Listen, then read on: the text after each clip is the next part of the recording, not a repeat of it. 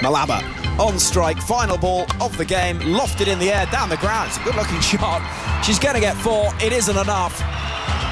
A famous win for Sri Lanka, arguably the biggest win in their World Cup history since that famous day 10 years ago in Mumbai when they defeated England at the start of a World Cup. This time, it is a tournament host humbled. Well, a very good afternoon. Welcome to the second day of this T20 World Cup. The sun is shining here at Bolland Park in Pal. 38 degrees, not a cloud in the sky. Conditions, well, pretty much perfect. Maybe a little bit too warm, if anything. But we are set, ready for the first doubleheader of this tournament. England against West Indies, followed by Australia against New Zealand. Will be underway in just over 10 minutes' time as England start their tournament against a side that won this competition back in 2016, but I think it's fair to say since then have rather fallen away as a force in T20 cricket. England will be confident, but they have to be aware of any slip-ups as they start their World Cup campaign. We'll have news of the toss and the teams shortly, but alongside me, 2 World Cup winners, Georgia Elwys and Alex Hartley, part of England's successful side in the 50-over tournament in 2017. It all starts now, Alex. Hello to you, Georgia, as well. What are we expecting from this game then, Alex? Well, we should be expecting England dominance, shouldn't we? They've just played West Indies in a 5-match series and absolutely wiped the floor with them. They won 5-0. The last time these two teams came together, England bowled them out for just 43. So England should win this game. They should win it comfortably. However, the West Indies have a really strange knack of turning up for World Cup games. They actually beat England in the 50-over World Cup just gone out in New Zealand at the start of last year. So West Indies, they do turn up when it matters. Georgia, there's always that question with a side that contains Hayley Matthews, the returning Stefani Taylor, the power of Chanel Henry and Chidin Nation, that England have to be careful because this is a team that could cause them problems. Yeah, you know, the return of Stefani Taylor is a big one. She's been out of the game for a while with a back injury. She returns today. We don't know what her fitness is like, but I assume as she's returning today, it should be good. But England, I actually don't mind them playing the West Indies first up in a tournament because I think West Indies are a team that you have to be really careful of, and I think for England it's a good starting point for them in a tournament like this. They can set their stalls out today. They're going after that trophy. They've said that in the interviews that they've done before, and I think coming up against this West Indies side who they'll be full of confidence against, but they'll know that threat and they'll know they have to play well. One thing that England do have in their favour is a new coach that seems to be inspiring quite a lot of optimism, positivity. And it's really interesting, Alex. A couple of days ago, you recorded an episode of the podcast No Balls alongside John Lewis, and he was smiling, he was happy, he was relaxed. There didn't seem to be any of those pre-tournament nerves. No, there really wasn't. And he said, I'll only come on the podcast if you buy me a beer. So we got him a beer. It was only 11 a.m. Yeah, it was. It was very, very, very early. But he didn't drink it. I'm going to put it out there. He laughed and said, I can't believe you've actually just bought that. But he's been around Brendan McCullum and Ben Stokes, and he's seen how they work, and he actually said that's changed my coaching philosophy. He said, I don't really mind about the results. Obviously you want to win, but he said what we want is to get people to want to watch us play cricket, because what women's cricket has a problem at the minute, we have so many people coming to watch the hundreds, thousands of thousands. We're breaking records when it comes to the 100, but when we go back to international cricket, you go back to 2 men and a dog coming to watch, and it's really frustrating. So what this New England side are going to try and do, they're going to try and inspire people to just come and watch and try and entertain. It's really interesting, that link between the men's test setup and how it seems to be just pervading right through English cricket, right across the white ball side, of course, that Owen Morgan has been doing a similar thing with over the last few years. But it really is a sense that sort of mentality is with this team. Yeah, absolutely. Having spoken to some of the girls in the build-up to the tournament, they're relaxed, they feel refreshed, which, you know, they've been out here for 3 weeks and doing some prep camps and some warm-up games. So actually by this time you might start to see them feeling a little bit jaded, but they're all, you know, buoyed, they're enthusiastic, and it does really feel like it's a new era, a new way of playing. And I think the success that the men's test team has had, and obviously that we've seen the success of the men's white ball team over the last 6 or 7 years, and this England team have got the players who can play in that way as well, which is really exciting. We've gone for Wyatt, and we've got Dunkley at the top of the order, and then we talk about Alice Capsey and what a talent she is, and she's come into this side and almost she's been playing that way her whole career, so she can slot in and play with that freedom. But You're certainly right. There seems to be smiles on faces. There seems to be lots of energy and enthusiasm out there. I mean, you would expect that in the first game of a World Cup. But having said that, yeah, even the older players in Catherine Sciver-Brunt, Heather Knight, they look quite enthusiastic as well. Yeah, what's really impressed me so far is the fact that John Lewis has come in and he said, whoa, when do you girls have any time off? When do you relax? When do you just go and get away from the game? And they're like, well, we don't really. We train at Loughborough Monday to Thursday every week. We go home for the weekend, we play cricket, and we come back. He said, well, that's changing. He said, you need to have some time away. They had media last Saturday and John Lewis said, no, it's the only time we can have a day off. We're having a day off. The media commitments, they're on a day that we work in. So they now have these days off and working days. And, you know, the girls, as you just said, Georgia, they're refreshed, they're happy, and they're excited to go. And isn't that a refreshing thing to hear as well? Right then, that England lineup, they've been asked to field first by West Indies. Hayley Matthews winning the toss and electing to have a bat. England lineup with Danny Wyatt, Sophia Dunkley, Alice Capsey as the top three. Then it's Nat Sciver-Brunt, Heather Knight the captain, Amy Jones keeping wicket, Catherine Sciver-Brunt, Sophie Eccleston, Charlie Dean, Sarah Glenn and Lauren Bell. So that spin trio of Eccleston, Dean and Glenn, we're going to keep an eye on that throughout the tournament, because this is a part of the world where we're seeing spin play quite a significant part. We saw that in the Under-19 World Cup as well. West Indies with Hayley Matthews, Rashada Williams, Shemaine Campbell. Stefani Taylor's back in the side. They're not captaining, that's Hayley Matthews these days. Shabika Ghaznavi, Chanel Henry, Janine Nation, Zyda James, the youngster, Affie Fletcher, Shamilia Connell and Shakira Selman. So plenty of familiar names there. The two sides are out there in the middle, and it's time for the national anthems. England in those red jerseys and blue bottoms, West Indies with the yellow and the maroon. And here we go with those national anthems.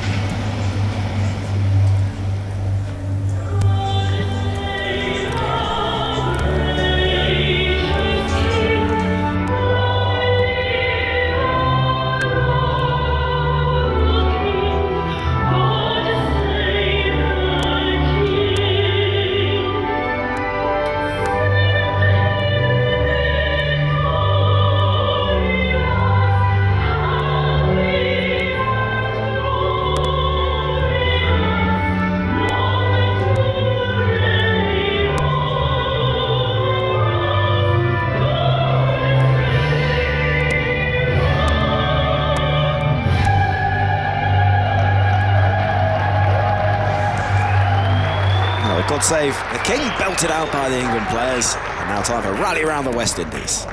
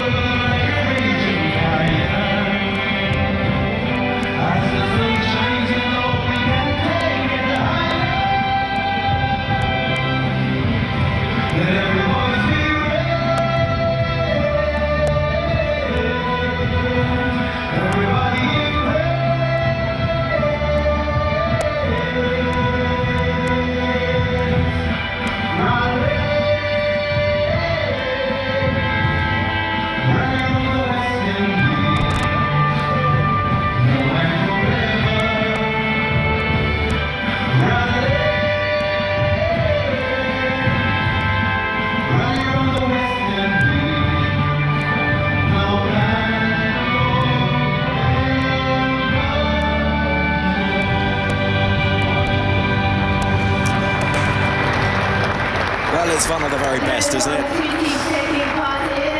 The two sides set, ready to go to start their World Cup campaigns. England and West Indies. It seems Strange to think West Indies actually won this tournament more recently than England did. England's only success, the very first Women's T20 World Cup back in 2009, a side that was led back then by the likes of Charlotte Edwards, Sarah Taylor, names that are iconic figures in the history of the England women's side, but these days are watching on from a distance and seeing a new generation with the opportunity to mark their place in history. As a new coach, there's perhaps a new attitude and a new opportunity as we start this T20 World Cup. West Indies are batting first. They'll be opening the batting with Hayley Matthews and Rashada Williams shortly. Amy Jones, I can see just trotting off the field to grab her keeping kit.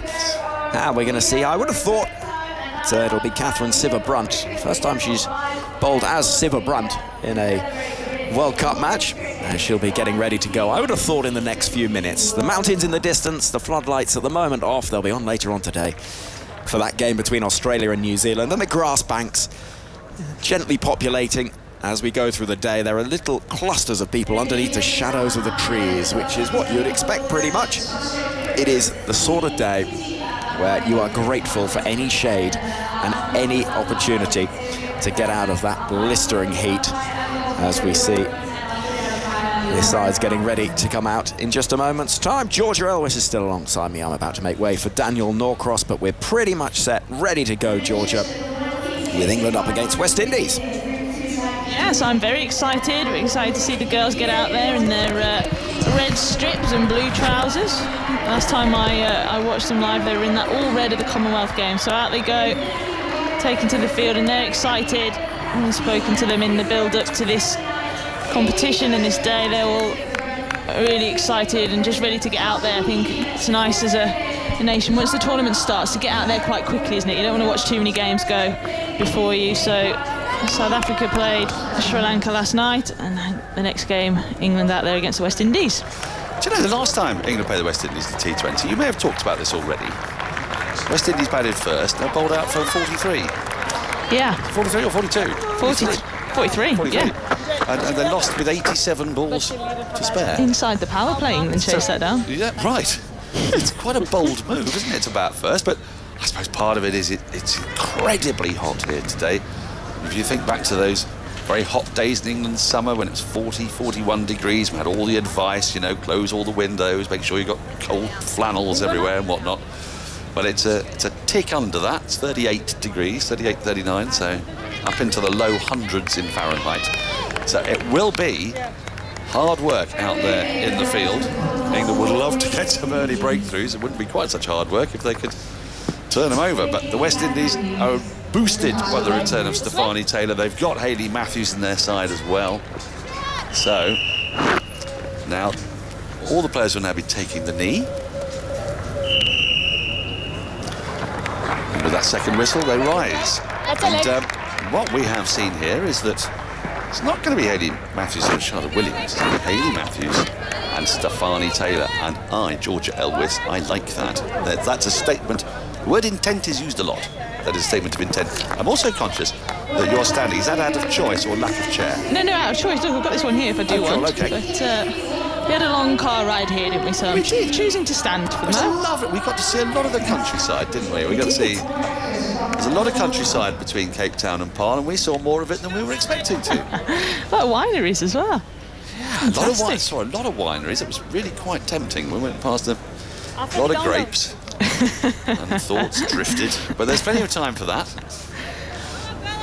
Much later on, and it's going to be Lauren Bell who is going to open the bowling with the mountains behind her. This absolutely sumptuous ground. I mean, Newlands is an incredible side. It's this marvellous ground that's well established, I guess. But Paarl, not a lot of seats, not a lot of stands, but plenty of area for people to sit, lots of grassy banks, and then these magnificent mountains that ring it. So here is Bell.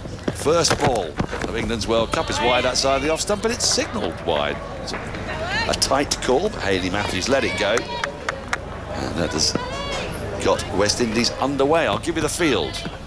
Only 2 boundary riders in the first 6 overs, don't forget, and they are at fine leg and at deep backward square leg. There is a mid-on, a mid-wicket, a mid-off, extra cover, a cover point, a short third, I think you'd call it, And Heather Knight, the captain, in a slip.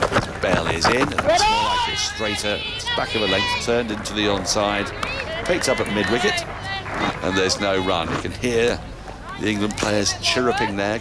Nat Sciver-Brunt at mid-wicket. There'll come a point today, I've no doubt, when Nat Sciver-Brunt will be bowling at one end and Catherine Sciver-Brunt will be bowling at the other end. And we may have to resort to initials. We'll see. We'll see how it goes. We'll see how it goes. It's a beautiful day. There's not a cloud in the sky as Bell is in. This is flicked away out towards deep square leg. First run off the bat. It'll be Sophia Dunkley who's out there doing the fielding. I always love watching her field. She's got a very distinctive gait. And she wears a hat and a helmet really eccentrically. I love it. It's funny, isn't it? It's like she's got a wonky head. It's always on sideways. It's so strange. It is. She doesn't mean it either. It's like, in World War II, they used to have those caps, like in Dad's army, they used to just go jauntily to one side. Sophia is rocking the 1942 look. It's great. As Bell is in, and this ball to Taylor is played at and missed. Goes over the keeper. There's no run. Now, Stefani Taylor has been out with injury for quite a while, and she's looking from this distance in pretty good shape. Actually, she was very late on that ball. It went through low to Amy Jones. Not a lot of bounce in the pitch, not a lot of carry so far, but did you get 106 kilometres an hour that last one? For those of you who prefer MPH, that's about 65. Bell is in. Oh, playing and missing. I heard something. I heard a little noise. Bell heard a noise. They've all gone up this. Well, if that's not an edge, there's a noise from somewhere. Nat Sciver-Brunt, you can hear. She say that hit something. So the Knight said, I don't think it's hit bat. And the timer has gone down to 0. I heard a hit. Did you? I heard a noise. Yeah, definitely heard something. And the fielder in front of the bat, Nat Sciver-Brunt at mid-wicket, Lauren Bell, she was convinced. But Amy Jones and Heather Knight, both behind the bat, weren't so sure. Seen the replay now. Oh, well, if that's not hit the bat, what's it hit? Yes.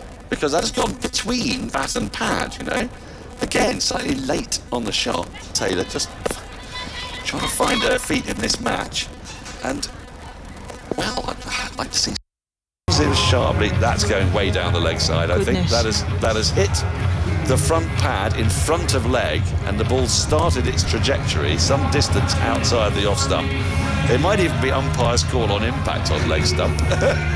Goodness me, that is not a decision. Not a very good decision, is it? You'd be aggrieved if you didn't have DRS, wouldn't you? Absolutely. Well, swinging too much, missing leg stump by quite a mile, actually. Quite a distance, half a foot, would you reckon? Oh, and the rest, yeah. And I the think, rest, yeah. and the rest. I mean, yes, wouldn't you say? Yeah. 8-9 inches. That is not a great decision from the umpire, but luckily we do have DRS, so it's been overturned. And it will be a dot ball. It will not be the leg bye they would otherwise have got. West Indies will be aggrieved if it's a very tight game later on. Anyway, end of the first over. 3 without loss, and for the first time, with her new married name, Catherine Sciver-Brunt is going to bowl, and at 37 years and 224 days old, Catherine is the oldest player to represent England at the T20 World Cup, beating Charlotte Edwards, who was 36 years, 104 days old when she played against Australia in 2016. That courtesy, I must tell you, of the matchless Hypercaust on Twitter. Do follow Hypercaust.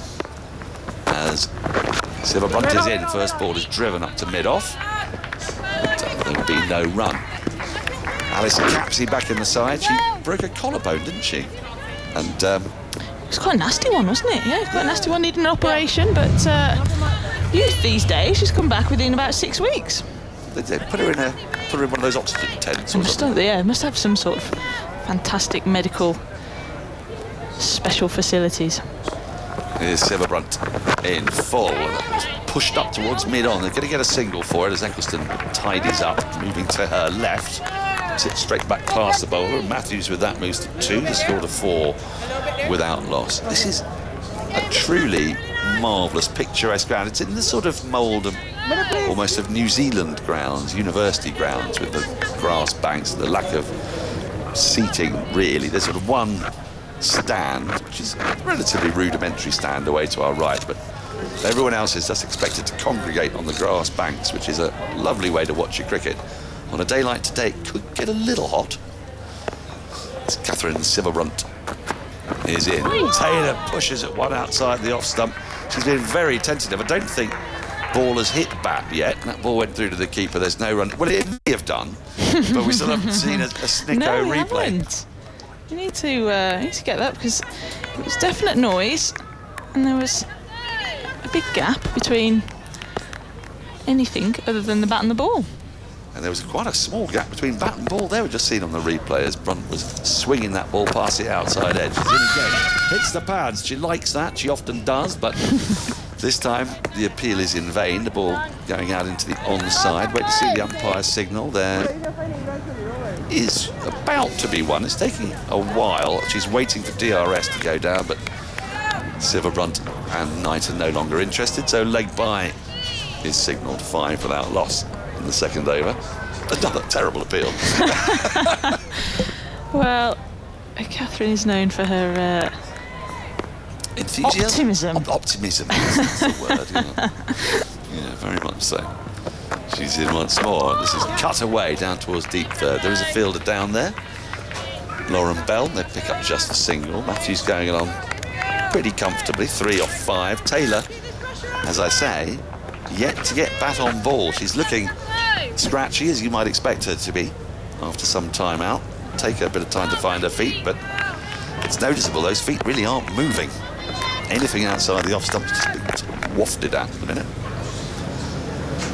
As Brunt runs away from us into Taylor. Oh, he's beaten on the inside edge this time. And once more, Taylor doesn't get bat on it, doesn't get bat anywhere near it. End of the second over. 3 from it. One of those was a leg by. The West Indies 6 without loss after 2. And so far, we've had 2 overs, Georgia. And I know a new ball does a bit, but it's doing a bit.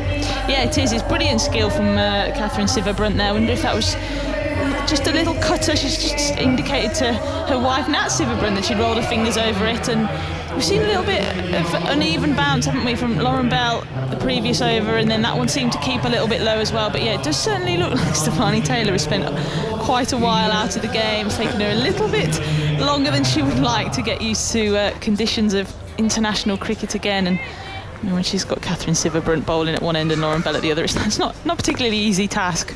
No, it's a challenge, isn't it? Here is Lauren Bell starting a new over. She's into Matthews wide of the off stump and given wide instantly. She started her first over with a wide.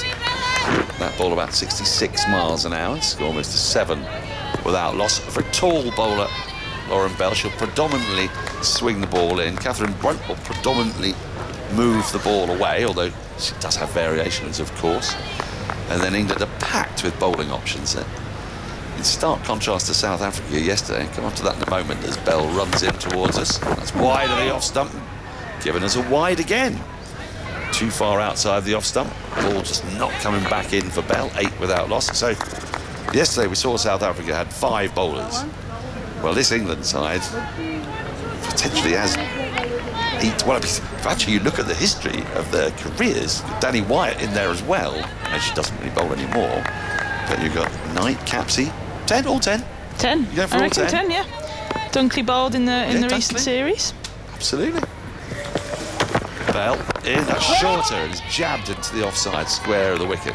And Danny Wyatt is lurking, and there is no run as it goes off the outside half of the bat. 10. 10, yeah, all 10, I reckon. Just Jones, the wicketkeeper, who won't. I think all 10 will have bowled in international cricket. Do you think all 10 will bowl in this tournament at some point? Oh, good question. No. Danny Wyatt, she's not. She's just given unless up something with goes that, horribly wrong. I don't see the need for her to bowl. Bell in on the pads down the leg side, another wide, the 3rd wide in 4 attempted deliveries from Bell. Grimaces, irritated with herself, just not quite got her radar right at the moment. Couple of wides wide of the off stump, then that one swinging down the leg side, 9 without loss. But you know, you say that, you are undoubtedly correct. Well, it's no disrespect to her. No, but if you get a list up of England's leading T20 wicket takers, I'm pretty sure Danny Wyatt's in She'd there. be up there. Absolutely, she would. She's got this golden arm. This knack of getting wickets. Yeah, horrible stuff. She's the bowl. It's terrifying. Bell in, outside off stump and cut away. It's flashing away towards the boundary. We're going to find out how quick the outfield is, and it is very quick. Danny Wyatt unable to cut that off. A good shot from Hayley Matthews on top of the bounce, hit it into the ground, managed to guide that just behind square for the first boundary of the match, 13 without loss.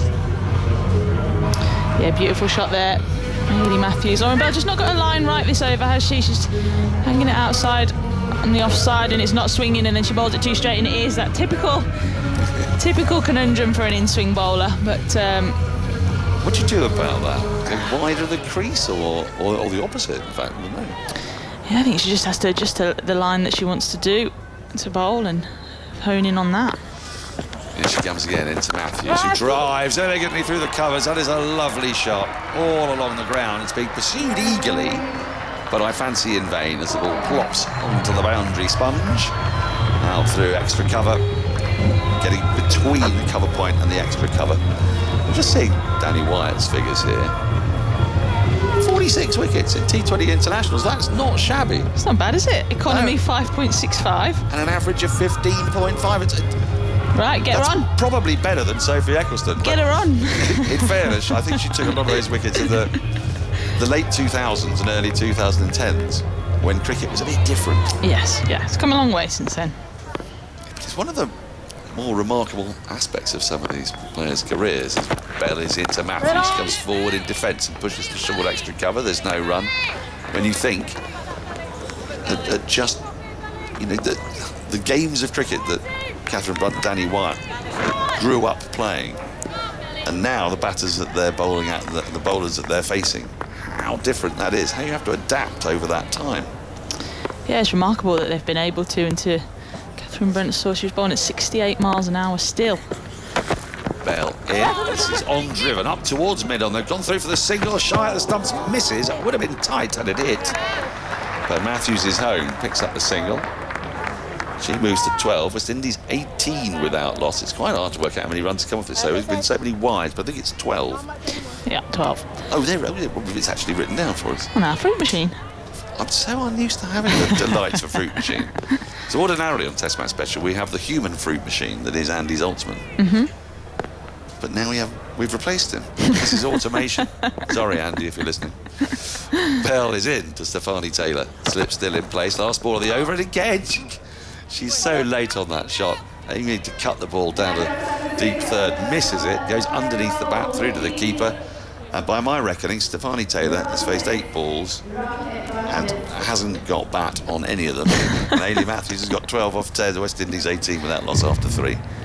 Yeah, well, we're talking about how Catherine Sciver-Brunt, Danny Wyatt have evolved their games, adapted their games to be able to keep up with women's cricket. I think Danny Wyatt probably, when she first made her debut, was probably ahead of where women's cricket was in the way that she wanted to play. She was very aggressive with the bat, very attacking, and proper athlete. She's one of the most athletic cricketers we've got in this side, wins every fitness test. And so I think when she actually came in, she was probably one of those leading the way in terms of the way she's played. But the way Catherine Sciver-Brunt has been able to keep up with all the youngsters coming in, she's added tricks to her game, the wobble ball, lots of slower balls, and she's still keeping her pace up. 68 miles an hour. She'll want 70, won't she? But fantastic competitor still. Now this is an interesting move. Catherine Sciver-Brunt out of the attack after 1 over. Charlie Dean is going to bowl her first ball of this World Cup. Wide arm off spin. First ball's pushed into the offside, fielded at short extra. There's no run. She had a brilliant series against the West Indies in that 5-match T20 series. Won a couple of Player of the Match awards. But the last time I saw Charlie Dean live, she was a very angry young woman. Incandescent with rage, she was. Next ball's a little too short, and it's flicked away out towards deep mid-wicket. There is protection for her out there in the form of Danny Wyatt. So she'll pick up a single. Matthews and move to 13. Because she was, of course, famously run out at the non-striker's end by Dipti Sharma as the last act of the English international summer at Lord's on, I think, the 29th of September. And now she has ball in hand. She's bowling to Stefani Taylor. Good chance she might hit this one. Oh, well, she's missed it. Outside the off stump, she comes, pushes at it. and misses again. That's 9 deliveries that Stefani Taylor has groped at in rather myopic fashion and got nowhere near. But she's an absolutely brilliant player, a legend of the game, but at the moment she looks like she hasn't played for about 10 years. Faces up again, and now she gets bad on ball and she cuts it to backward point, but won't pick up the single. She's running to the non-striker's end, and she does get home. Might have been tight if there hadn't been that slight fumble by the fielder, Bell, but she gets there and she's off the mark finally off her 10th ball. 20 without loss. What do you make of this move? Dean in the power play. Yeah, I like it. She's used to doing it. Fantastic bowler. She bowls a lot quicker than we're used to seeing female spinners bowl as well, which makes it difficult to get after. Matthews back on strike, and she's pulling this out towards deep mid-wicket. 1 bounce, 4 into the sponge, too short from Dean, dragged down. And Hayley Matthews, who's really finding her touch, she's played a couple of lovely shots. That one is as good as any of them. Picked the length really quickly, went deep in her crease and thwacked it over mid-wicket for a 1 bounce, 4, 24 without loss. Typical, I said that, didn't I, youngster? Yeah, you did. But no, she is used to bowling in the power play. She's a fantastic bowler. The start to her international career has been phenomenal, really, and she'll be used to these pressure moments. She's come such a long way as a player, but as a person as well, and thrives under the pressure. Go on, Dino. How will she respond? Does he get the length a little fuller, perhaps?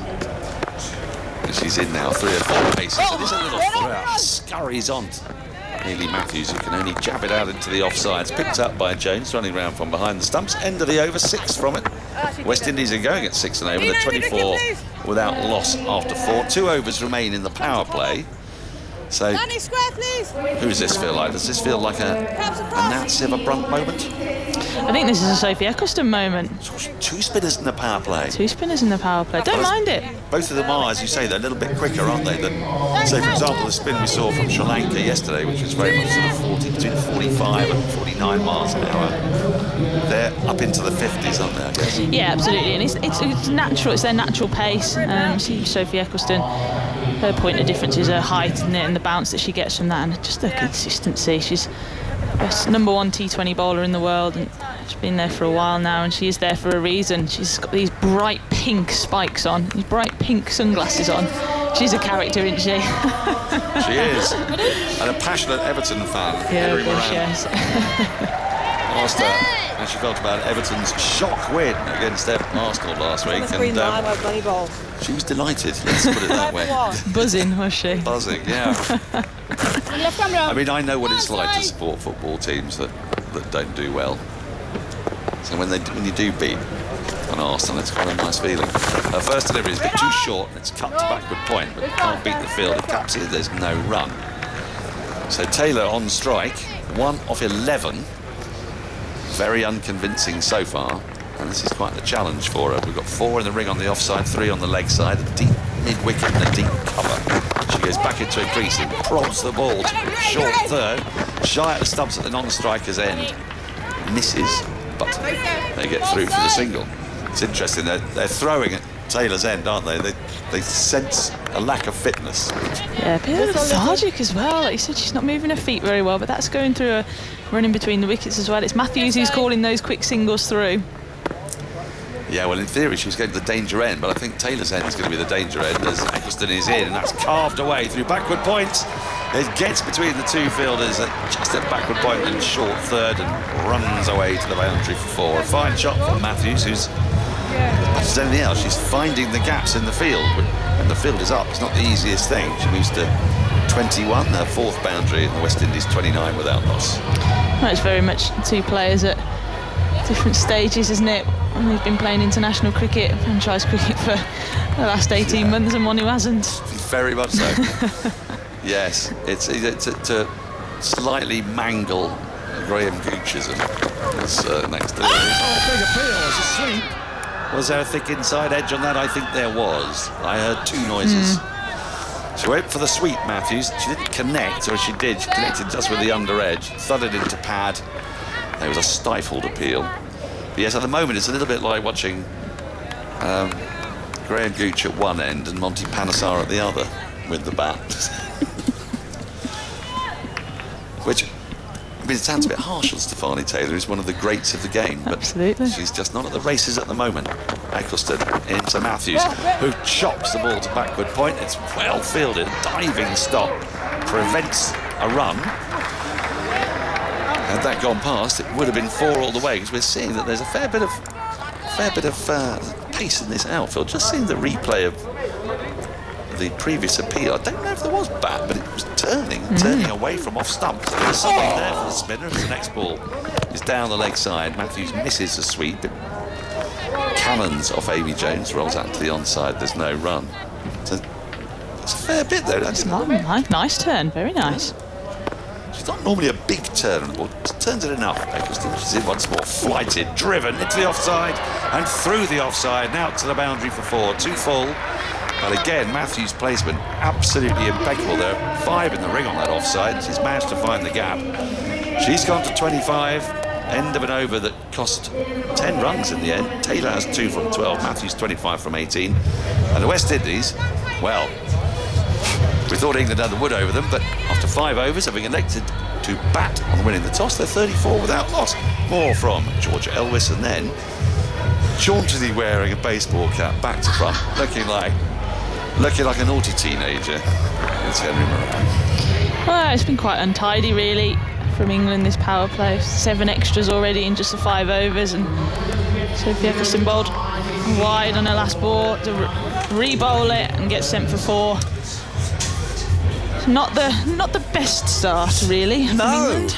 And isn't it funny how this happens? You see a series like the one we saw before Christmas, England so dominant, and then World Cup, different country, different conditions. Look what happens. Here comes Siva Brunt of the Catherine variety. This is chopped down towards deep third for 1, and Taylor, who has been less than convincing, gets a 3rd run.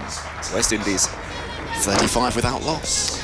Yeah, without Hayley Matthews there. She's on 25 from 18 balls, striking quite nicely at 138. Stefani Taylor really struggling at the other end. So for England, I think they're just wanting to Taylor on strike as much as possible. Siva Brunt running in, dropping it short, pulled away into the leg side and for 4. Not a great ball that from Catherine Siva Brunt. It ballooned up invitingly and was thrashed backwards a square for 4 more runs, 39 without loss.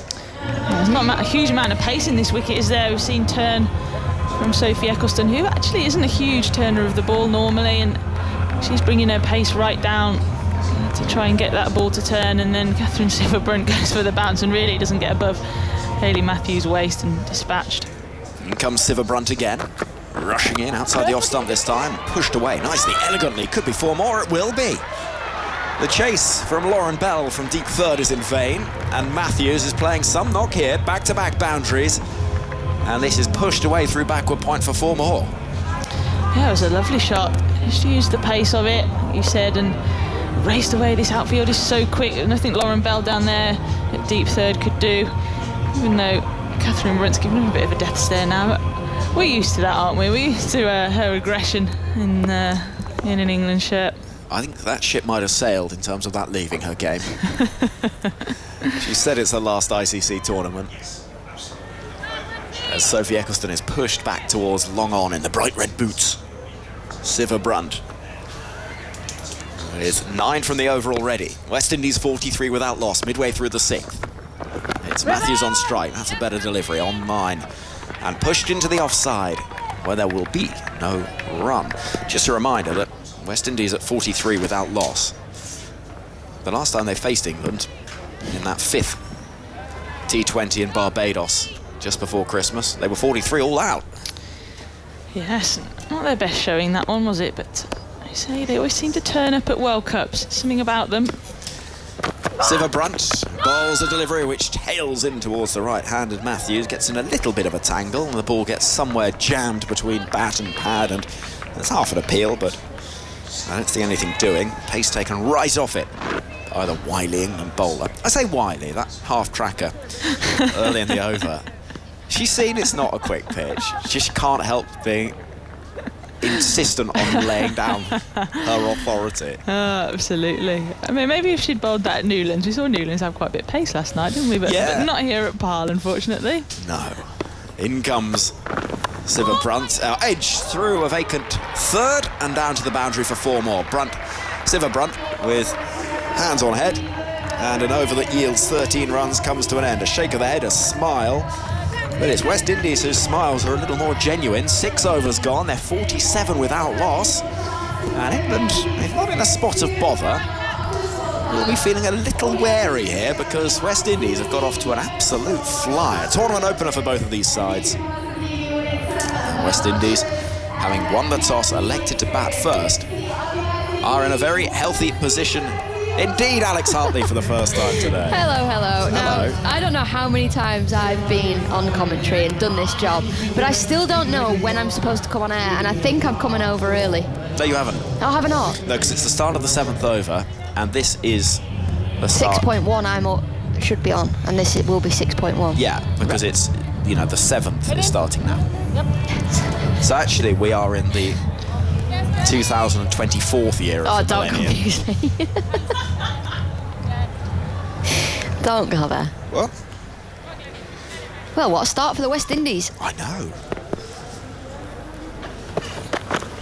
Here comes the leg spinner, Sarah Glenn. That's a ball that is not well dealt with by Stefani Taylor, who tried to whip it into the leg side, can't do so.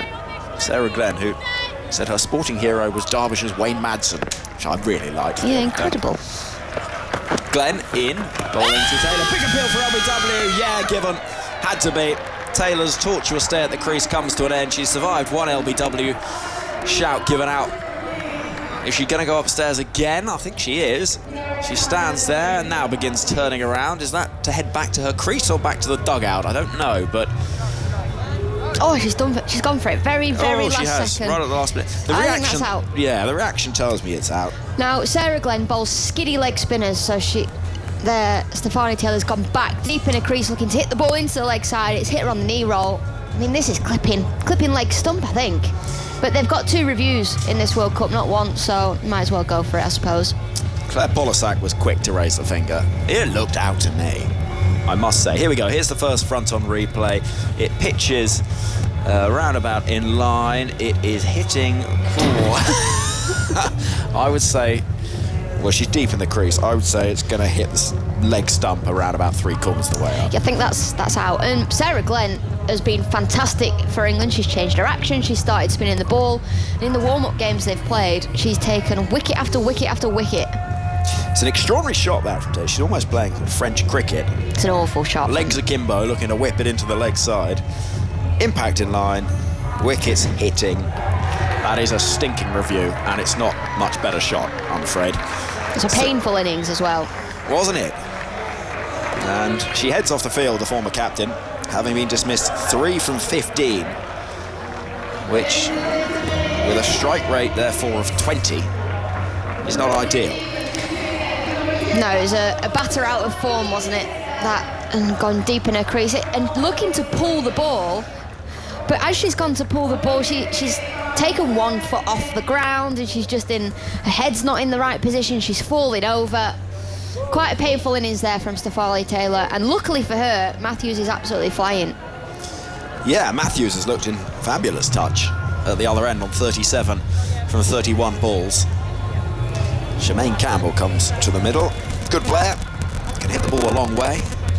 Let's not forget, we sort of come into this game a little bit suggesting West Indies are going to walk it. England are going to walk it, but West Indies beat England in the 50-over format last World Cup in Dunedin. What happened yesterday? Sri Lanka beat South Africa. Indeed. West Indies, we were talking before the game that they have this knack of turning up for World Cup events, especially against England. But what England will know, you get Hayley Matthews out. Unfortunately, that's the game, because Hayley Matthews averages 23-24 out, I think, from memory, and the next best average is probably about 11 for the West Indies. So Sarah Glenn's skiddy leg breaks, making the breakthrough. Shemaine Campbell forward, pushing defensively to the left of Heather Knight, patrolling things in the covers, as she has done since starting her captaincy reign way back 7 years ago now. In comes Glenn, and there's a reverse sweep play, quite effectively by Campbell, but straight to the hands of Eccleston at short third. It's a baking hot day. There's just a little crack in the window open, and it's sending hot air skimming in. Glenn tosses the ball up, swept hard, beautifully in for 4. It's a little leg side-ish from Sarah Glenn. And Shemaine Campbell was onto it in a flash, smashes it away. First runs conceded by Glenn. And the 50 up for West Indies, 51 for 1. Well, a freebie there for Campbell, wasn't it? Full toss on the leg stump, going down. She punishes the ball for 4.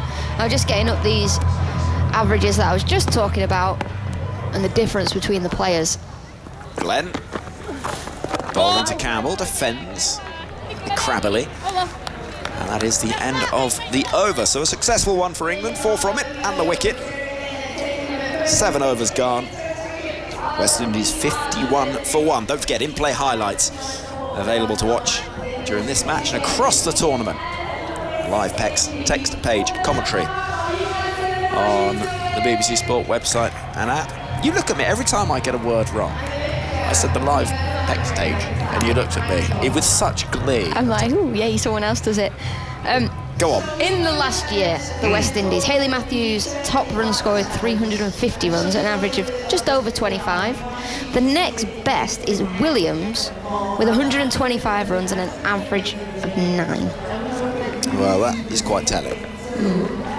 She is unquestionably the key wicket. We're going to see Nat Siver-Brunt with the ball in hand. Having a go down in front of us from the Netherlands end. Quite a good noise around the ground, Alex. Yeah, there is. Trying to figure out where it's coming from. I think they're on the, are they on the stage? Siver-Brunt then over the wicket, bowling to Matthews, who taps the ball into the leg side and will get off strike with a single. Just going to shut this window, Alex, because there's a wasp that's threatening to make an appearance. Yeah, no, thank you. Nobody needs to hear my screams down the microphone. I actually went to take a picture out of the window before, thinking the window was open, and punched the window. Easily done. Closed. I've got a real fear of walking into glass doors. Grandma did that once and knocked herself out. She didn't. Here comes Siver-Brunt, Natalie Siver-Brunt. Full delivery. Played into the leg side. Charlie Dean fields at short mid-wicket. West Indies 52 for 1. Early on in this 8th over. Was she okay?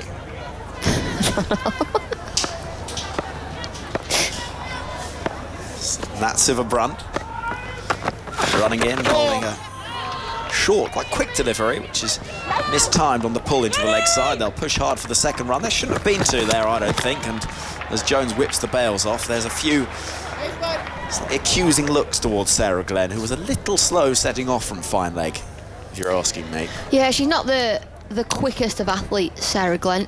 She's an ambler. Oh, there is a wasp in here. Terrific. Oh, good. Adam? You've seen your Crocs, I imagine. They left at home today. Got my trainers on.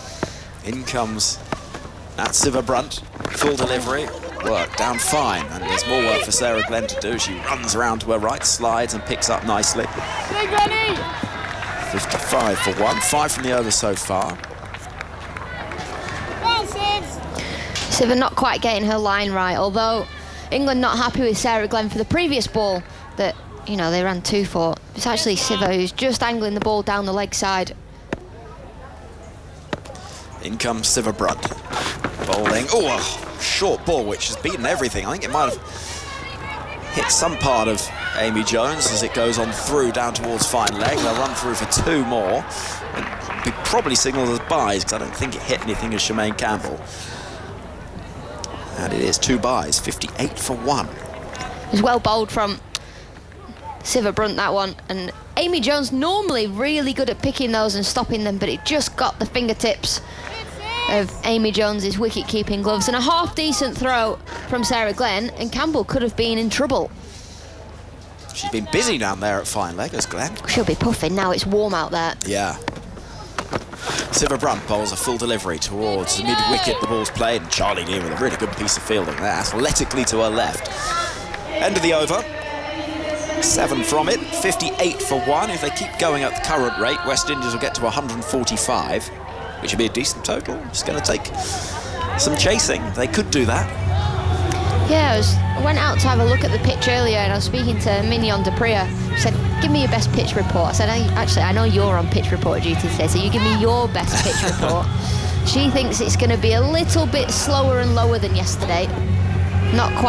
Won't come onto the bat quite as nicely. But actually, yesterday was a low-scoring thriller in the end, even though the pitch was pretty decent. Yeah, it was a thrilling game of cricket. Great crowd. Over 10,000 at Newlands. Sri Lanka beating South Africa. Glenda is the cry from Amy Jones. As we see Sarah Glenn with the ball in hand once again. Wicket in the previous over she bowled, and she's trying to find the key wicket of Hayley Matthews, chopping the ball towards Eccleston at backward point. Glenn again. Tosses the ball from one hand to the other. Over the wicket from the far end. Past umpire Rinda Rathi. Tossing it up once more. Pushed into space by Matthews out to deep cover, and Dunkley, who runs in, arms and legs all over the place. This ground is, as is the way in South Africa, a lot of grass banks all around. There's a couple of stands, the one we're in, with its purple seats over to our right. And then quite a small stand over there on the far right. Looks like it might be sort of thing you might find a lower league Scottish football ground. I was about to say that a lower league football stand, isn't it? Yeah, a little Took bit. the words out of my brain. What a terrifying thought for us all. In comes Sarah Glenn. A little bit quicker, flatter. Shemaine Campbell pats the ball towards Heather Knight. It's not a phrase I've heard before. Yeah, because they weren't in my mouth, were they? Because I wasn't about to say them. I was just thinking them. I'm not sure that's how the phrase works. Well, I've changed it. How do you talk? Shemaine Campbell pushes into the deep. Looking for a second run. There might be two here, and in the end, Dunkley's quick enough to prevent it. What do you mean, how do I talk? No, but you take the words right out of my mouth is an expression as if you're preparing to speak rather than you store all the words in your mouth and then sort of go. That's exactly what happens, is it not? Everybody listening at home. 2 from the over so far. We've got 2 balls left of it. 60 for 1, the West Indies. Quicker, flatter. That's a good ball from Sarah Glenn, and Matthews does well to jam it down the ground for a single to long on. I really like the new Sarah Glenn that we're seeing. She's changed her action. She's got a shorter run up. She gets over the top of the ball a little bit more, and she actually turns the ball now, gets the ball to hold in the surface rather than bowling those straight breaks. She's never going to be a leg spin ball that turns it wildly. It's always going to be a little more skiddy than it is moving laterally. But she does take a phenomenal number of wickets. This is dropped a bit short, thrashed out through the covers. There's a long chase for Dunkley, who's moving across the turf, trying desperately to get there, and does well. They'll get back for a couple, but it won't be more than that. And at the end of the over, 9 gone. The score 63 for 1. This is a good position for West Indies. Yeah, really good position. Don't think they'd have, well, England would have been expecting this. You know, they had such a dominant series against the West Indies just before Christmas, bowled them out for 43 in the last game. But as we were saying, West Indies and World Cups seem to be a totally different team. They are still heavily reliant on Hayley Matthews, there's no doubt about that. When she fires, they all seem to fire, they all get around her. She's 40 off 27 balls. And there's an IPL auction around the corner. She'll be wanting to do well today. Yeah, that's on Monday. That's the night you're taking all us TMS team out for dinner. Well, I would love to say yes. Once the big contract comes in. I hope so. You never know. Probably not. I really hope so. I'm backing you. Charlie Dean then, outside the off stump, and a swing and a miss from Hayley Matthews. Jones collects. Now, remarkably, Hypercourse has just told us that this is Hayley Matthews' highest T20 score against England. Well, there you go. She's on 40. Good time to get it. Dean. Loopy delivery that Matthews plays towards backward point, and there could be a chance at the non-striker's end. A little bit slow picking that up is Lauren Bell. She looked like somebody that had to get down a long way to get there, and in the end it's a reasonably straightforward single. 64 for 1. Decent turn there for Charlie Dean. Dean again, past the umpire. Silver poor ball down the leg side, collected well by Jones, diving to her left. She went quicker and flatter and wider. That is an unbelievable stop from Amy Jones. Diving down the leg side. you lose the ball as a wicketkeeper when the ball goes down the leg side because it goes in front of the batter, obviously. Dean in the sunshine. This is outside the off stump. Driven out towards Danny White at deep cover, who's lonely in front of that grass bank. 1 run taken. 66 for 1. Score predictor has us at 142. Should be okay. Be a good score. I just never quite understand the score predictor. Here comes Charlie Dean. Bowling to Matthews. Drills that away firmly, but White is right in position at cover. So it'll only be 1 more. Well, it works out where we are, who's left to come and what they might get. Yeah, because score predictor 142, but if they carry on the way they are, they get 139 from the projected run rate. So. Well, no, that's just because it's what we've had before, but normally teams accelerate a bit. No, you can't just point out there when you want me to shut up. Played towards deep backward point. Work for White to do once again. They'll turn for a second. They'll get a second. And though the throw comes in eventually to the non-striker's end, that's a good piece of running between Matthews and Campbell, who are blowing a little bit in the heat.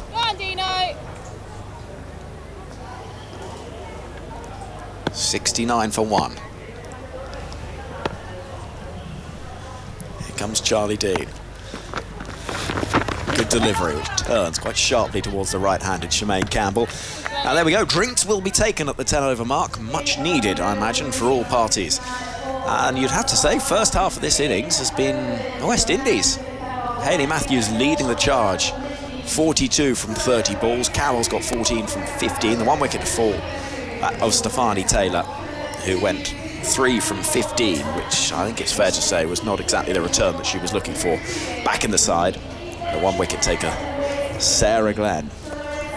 And so, with that the total, and drinks being taken, Alex, I'm going to leave you in the very capable company of Daniel Norcross. Yes, definitely been West Indies' first 10 overs, hasn't it? England probably a little taken by surprise at how well the West Indies have done, and we keep going back to that 5-match series, but England wiped the floor. They were so dominant. Bowled them out for 43 at one stage.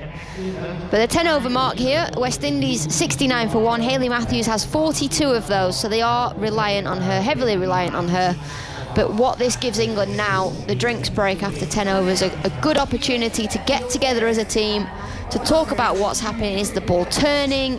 What's best to bowl on this pitch? How do we actually keep Matthews off strike? Because you've got to that point now where you can bowl at Campbell, you can bowl at everybody else. Just keep her off strike, because then she will do something silly. Yeah, they're a little loose at the beginning. You look at the wides that England have conceded, 7 of them. And that was a feature of Sri Lanka's play yesterday. They managed to eke it back, but don't be given too many extras, and Lauren Bell was a little bit at fault for that, wide both of the off stump and the leg stump. The West Indies today, you mentioned they bowled out for 43 last time they played England. But they were at 47 for none after 6. What a crazy game it is. And bearing in mind that it wasn't because Stefani Taylor's back in the side and dominating. I mean, she was really struggling at the other end. It's all been about Hayley Matthews, but do you think England have really bowled consistently enough? No. Tight enough lines and lengths? No, I think you can tell that there's a few nerves around it as a World Cup. It's also hot out there, it is hard conditions, it's tough conditions to field in, but they are going to have to crack on and get on with it. They have just been a little bit inconsistent with their lengths, with their lines. As you said, too many extras. You got 7 of them, which then you get 7 extra deliveries. I don't know what happened with those 7 extra deliveries, but there'll have been a boundary or 2 in there. Well, yes. Yeah, they're going at round about 7 and over. They hadn't had to bowl those 7 extra deliveries, they wouldn't have conceded 7 runs and they wouldn't have bowled the balls again. But yes, so it does make a difference. I was reminded of the other difference that is always the case in a TMS box. There's a difference between, if you like, the lay preacher, which is me and Henry. You know, we didn't play cricket at the highest level. And then there's you World Cup winners. I was sitting in the box. I'd just been to the President's suite to go and get a bite to eat. And I munched my way through 5 samosas and a handful of biltong. And George Elvis wanders in with a plate full of melon and grape.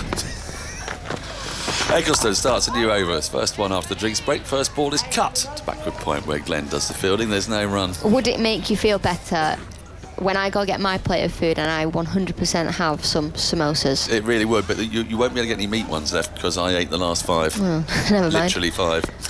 Were the grapes actual grapes or water? I don't know. Oh, now big appeal for LBW. She loves it, Eccleston, and the umpire's given it. And that's the big wicket of Matthews. Well, is she going to refer this? I fancy she might. She has done. She has done almost immediately, but until we see the replay, it's hard to tell. Eccleston's bowling towards us. She's come forward, playing a forward defensive shot, really. Matthews, if she hasn't got any bat on it, Eccleston was convinced. She wheeled away. I know bowlers often are, but she was absolutely certain that this was out, and delighted she was at that too. Now, if the West Indies refer this and it's out hitting, they won't have another referral left. They'll have used them up on both wickets. Here we go.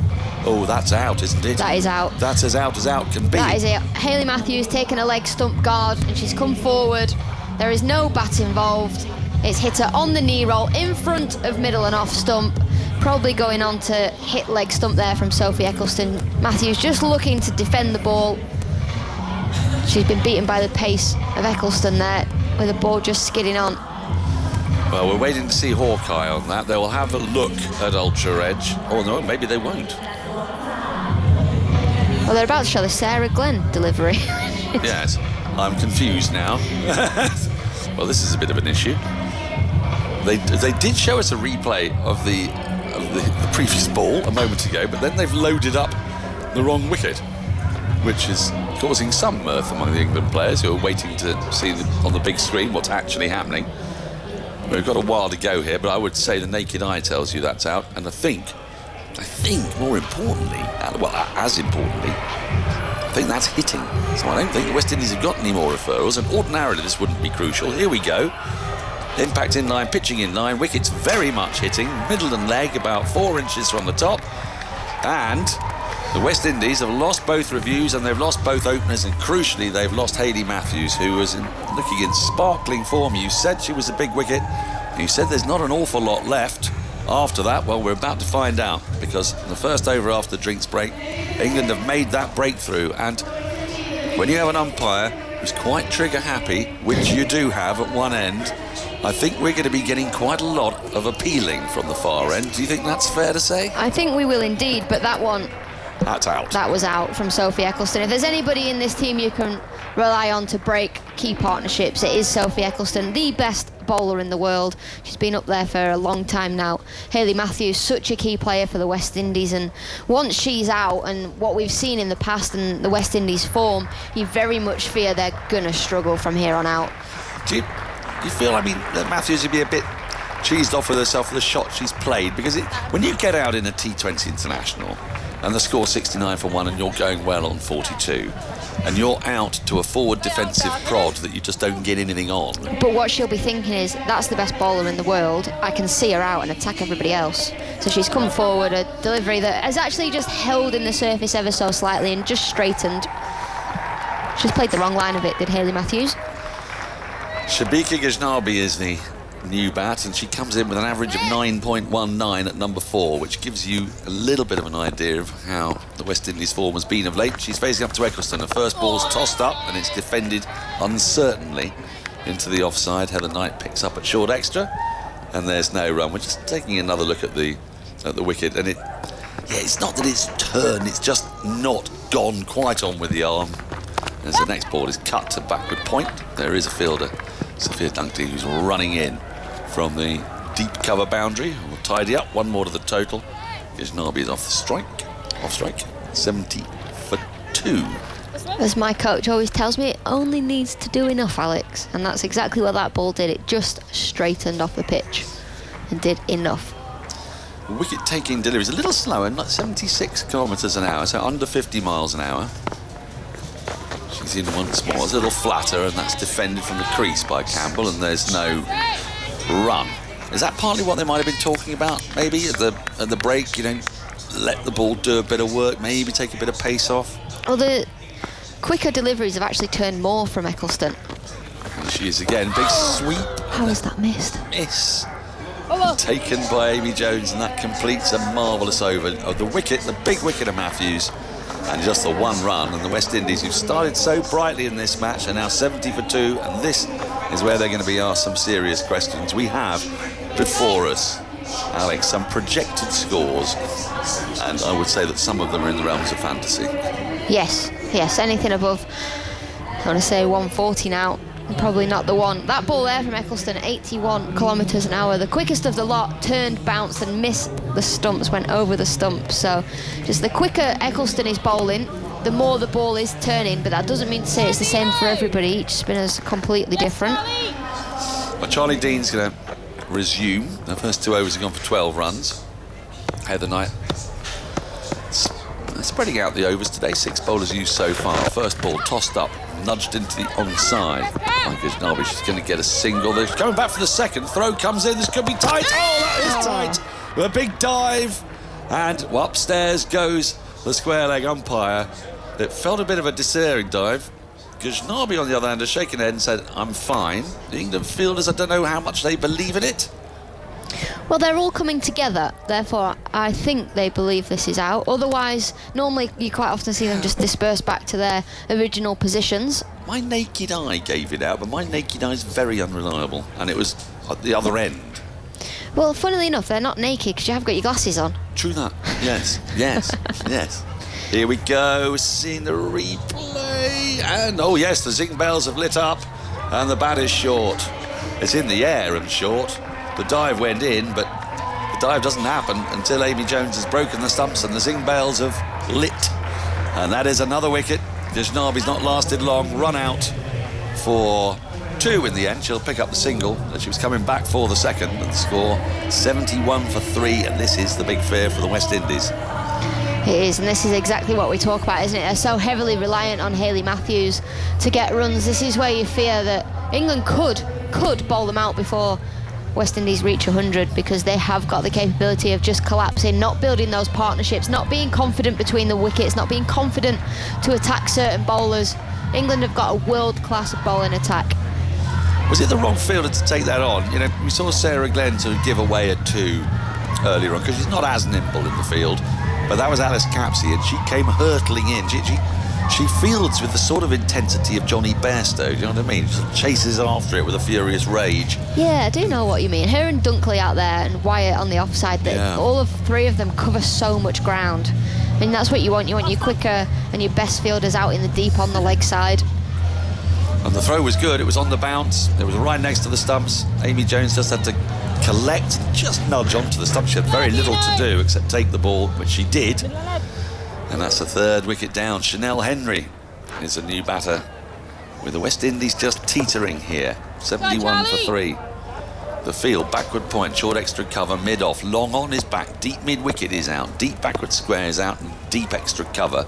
Short fine leg and a short mid-wicket. First ball turns sharply to Henry, but it's a bit too short. She's able just to work it up to Catherine Sevabrunt on the long-on boundary, gets a single, gets off the mark. 72 for 3 brings Campbell back on strike. 79 kilometres an hour, that last ball. So that's roughly where they're bowling at, around about the 50-mile-an-hour mark. Now then, top edge on the reverse sweep, flies down towards the boundary. I think it's going to get there. It's being pursued by Glenn. She thinks about the dive, wisely perhaps, says no, and Campbell picks up a fortuitous boundary, went for the reverse sweep, got a thick top edge, and it went very fine indeed. A fortuitous 4. It was indeed the reverse sweep. It's not a bad option, but the ball wasn't actually there to be reverse swept. The ball angling down the leg side, a thick top edge, and just shows how quick this outfield is. Though, as soon as it bounces, the ball kicks on, gathers pace. Dean in again, tossed up and turned sharply, and that's just pushed to backward point. There is no run as Bell does the fielding. Looking at all these mountains here, you know, they rave about Table Mountain. Do you prefer these? Yeah, I think I do. Dean in, tossed up again, flicked in the air, this time just to the left of mid-wicket, out towards Catherine Sevabrunt, who does the fielding. 1 more to the total. Quite close to Siver at at mid-wicket, 77 for 3. I think they're more expressive, these mountains. They've got carvings in them and shapes. I can get behind them. Dean in again, tossed up, pushed it to the offside. Wants a single. I don't know why, because it was hit straight to Heather Knight at short extra cover. End of the over. 7 from it. 4 of them rather lucky. 77 for 3 from 12. Campbell 19. Henry has 1. Yeah, it's been... England have done well to break that partnership and get Matthews out. But now you feel like England are in total control of this game. I think you've got one more. I've got one more. Yeah, See, we don't know. Well, I said to Georgia, I said, honestly, I've done this so many times. 6, 7, 7. So you go after 13, and then Georgia does the last. So, welcome to production on 5 Sports Extra. With Daniel Norcross, Alex Hartley, and Georgia Elwis. It won't be the first time or the last time I get it wrong this trip. No, and that's part of the fun bit, isn't it? Right. Is Eccleston going to continue after taking that wicket?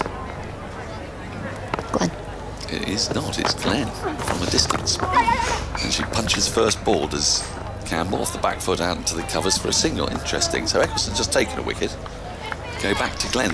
She does like to just mix her bowlers up. You don't see much more than one over spell, do you? But also, I think we'll see Eccleston at the death. That's where she's absolutely fantastic. Leg. Yes, ready. Middle leg.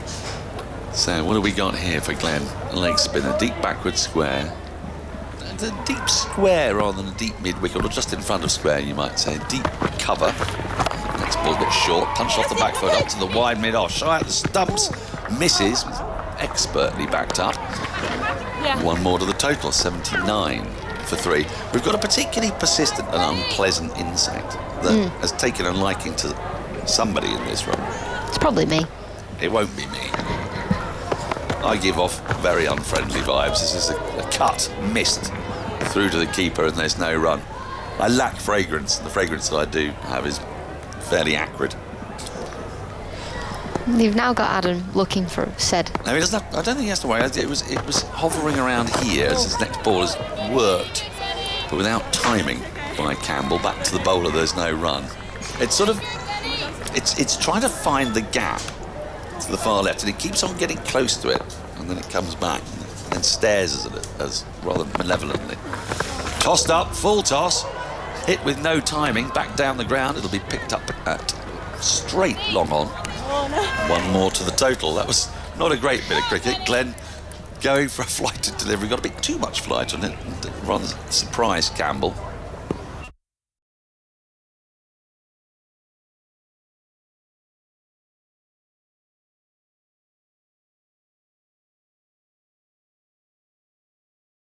The over, 90 for 3, 14 overs gone. Henry has 5, Campbell has 26, with 6 overs to go here. This partnership's just building a touch, Georgia Elwis. Yeah, they've got a nice little platform here, haven't they? 6 overs to go. We've got 2 of the most experienced players out in the middle, and fantastic innings from Hayley Matthews earlier has really set them up. It's allowed them to have a platform that they can springboard from. I mean, 8 and over here, and they're going to get 138. I don't feel like that would be enough, but with some big hitting in the last couple of overs, if they can get themselves up to 150, which is 10 and over from here, then I think that's a competitive total. Well, we saw what was competitive yesterday. Is Ben starts another over, her 4th and last. First ball is nudged along the ground up towards long on, where Catherine Silverbrunt does the fielding. 91 for 3, brings Henry back onto strike. And a couple of wickets for nerves in the first World Cup game. As Glenn is in, and that's tossed up. This hit firmly down the ground. Fielder in pursuit, doesn't cut it off. It's Catherine Silverbrunt, very nimble, moving to her left there to cut it off two-handed on the bounce and keep scoring to 1. But, you know, there's a bit more pressure. In a strange kind of way, there's a bit more pressure if you're playing against one of the, say, 3 sides in a group who will be contending for qualification. Glenn is in, and that's chopped to point, and there's no run. It's actually... Today's result didn't change things too much for South Africa. They've still got to beat New Zealand come what may. That's the way the equation works. If you lose to one of those teams who are your competitors, then you're giving them victory as well. It's a double-edged sword. It's like a 6-pointer in football, full and on-driven up towards Silverbrunt, who is doing all the work in this over and doing it expertly. 93 for 3 with that single. Henry to 6, Campbell 28. Short third backward point, short extra mid-off for the fielders in the ring on the offside. There's a short fine left on the onside as Glenn in bowls full. It's pushed into the offside, picked up by Heather Knight at short extra cover, and there's no run. The boundary riders are Catherine Silverbrunt, long on, who's doing all the work out there. Sweeper on the offside, deep mid-wicket, the deep backward sweep. Glenn in, tossed up, driven firmly, beautifully. Through extra cover, that's going to run away to the boundary for 4. Great shot from Henry. It was full, but she had to get it to the right of extra cover, to the left of mid-off, find that gap. And it's sped away to the boundary. 97 for 3 after 15. The partnership build. Henry 10 off 10. Campbell 28 from 30. Yeah, it is, and you know, it's such a quick outfield. It's a fantastic pitch. And if the West Indies can really open their arms towards the end of this, they can get themselves up to a pretty competitive total. More from you, Georgia. Apologies if you've had any technical issues, but Henry Moran is here, having solved it all. We hope. We see Sophie Eccleston coming back into the attack now. Such a fantastic bowler at the death. She'll be used to these two batters trying to get after her, and that's what these West Indian batters, Campbell and Henry, are going to have to do now. They're both quick between the wickets, strong shoulders. I think look to accelerate the scoring from here. 5 overs left. Sophie Eccleston then gets for Amy Jones. She says, "Go on, Heck." It's a good nickname. Simple. Very simple. Eccleston's a bit of a mouthful, isn't it? I'd have preferred Bernie. 97 for 3. Campbell's on 28. Played nice. This is quick delivery from Eccleston, which is taken smartly by Jones after the big swing from Campbell. Misses. A little and a smile between batter and keeper. She got that one ripped through, did Sophie Eccleston. Who waits? Beginning the approach again. Past umpire Cotton. This is swept away well, down towards the boundary as a chase on for Dunkley, who's got quite some distance to make. She does well, picks it up in one hand. 2 runs taken. And West Indies creeping closer towards the 100 mark. Yeah, and there is quite a bit of turnout there, isn't there, for Sophie Eccleston? Saw her in her first spell, and now she's come back. Has changed her pace nicely, and he's getting some turns. West Indian spinners, they'll be licking their lips, looking out there if they can get a competitive total and see their spinners do some damage. There's a conversation taking place between Knight and Eccleston because we've got a delay. Chanel Henry is looking in Jermaine Campbell's right eye. A little bit of dust has possibly got into it. Maybe a contact lens has become dislodged if she wears them. But she seems okay. I think we'll be ready to go again shortly. England won't feel this game's entirely going away. 99 for 3 is by no means out of hand, but it's certainly a few more than they'd have expected West Indies to have got at this point in the innings, I think. We're ready to go once again. Eccleston round the wicket.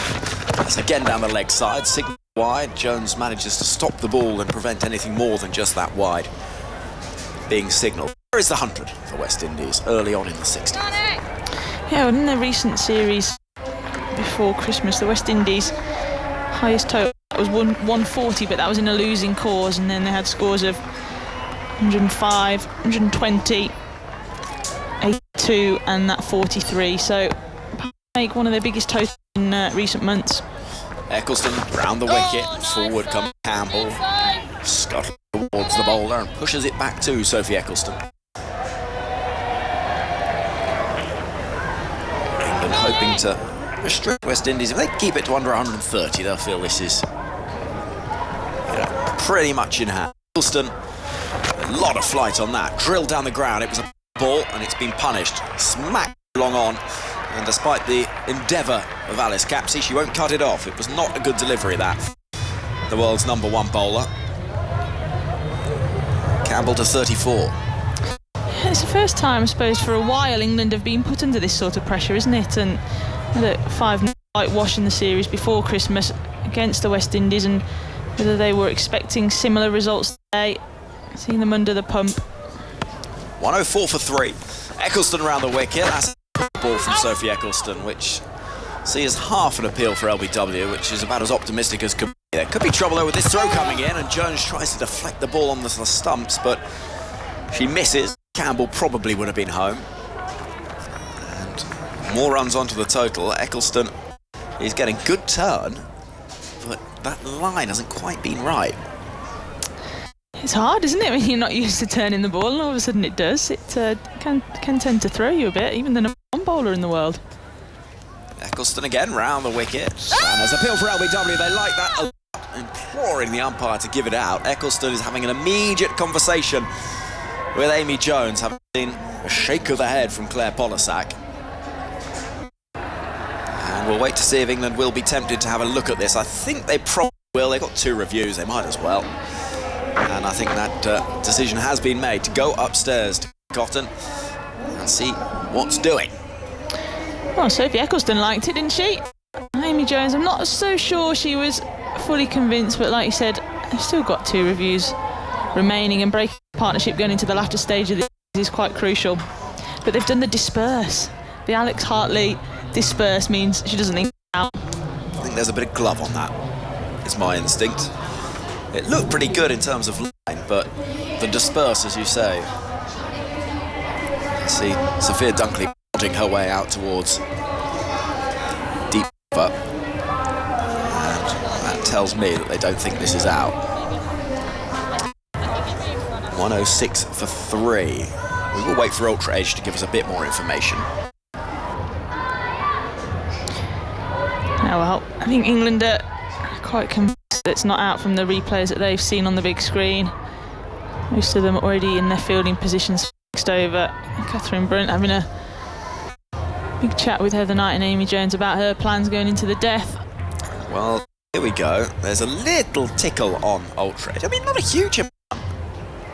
Is that enough to say definitively the ball hit the bat? I mean, the decision was given not out. Will work in the batter's favour. To be compelling evidence that I think you'd be hard pushed to say this hasn't hit the bat. Good decision. Claire Polisak makes a signal every umpire likes to do, which is to say, you can't think that I got it wrong. Get back in your box. That must be a lovely feeling, mustn't it? 106 for 3. A review, it's a bit like an appeal parking ticket, isn't it? It's a lovely feeling when you get one of those overturned. I wonder what the percentages are in comparison. Low. I did get one overturned once because I had parked in a that said car club. I think for one of those ones you sort of hire per hour. Okay. I argued that I thought I was in the club because I had a car and it needed to be clearer. In comes Siva Brunt, Catherine Siva Brunt. This is thrashed away. Good looking shot, 4 runs. Square on the offside, it was aerial. And Chanel Henry was happy to pick up the gift of that short and wide delivery. 110 for 3. Yeah, I like that shot. Got some width, didn't she? And Catherine Brunt, probably not a bad ball, probably exactly where she wanted to bowl it, but a little bit too short maybe. Whip the hands through it and it's raced away on this quick field. It's 110 for 3. We're into the 4 overs of the innings. 6 and over here takes West Indies to 133. I think they'll be wanting more than that. Could they get up to 150? In comes Siva Brunt. Poor ball down the leg side. Signal. England have been so loose today. 16 extras now. That's the 11th wide. 12 wides on the board as they run through for the extra run as well. And I'm all for playing with freedom and fluency, but you've got to play with discipline. Absolutely, it is not like this England side. We're so used to seeing them be disciplined, holding the width of the stumps, but just the wides, it's the extra balls as well that they have to bowl. Here comes Brunt, caught behind. Didn't like it, and yeah, up goes the finger. Campbell goes for 34, and Catherine Siva Brunt, in what she said will be her final ICC tournament, combines with her great friend Amy Jones behind the stumps to the end of what was a good partnership.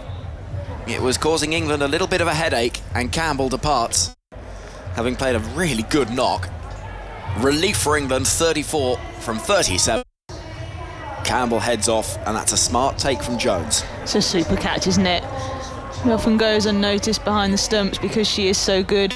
How many times have we seen her combine with Catherine Sciver-Brunt, stood up to the wickets, taking catches like that? It's an easy one at all to take. She's got such quick hands, and she's had a lot to do today. She's had a lot of cleaning up to do from the throws from the fielders, but especially from the bowlers down the leg side.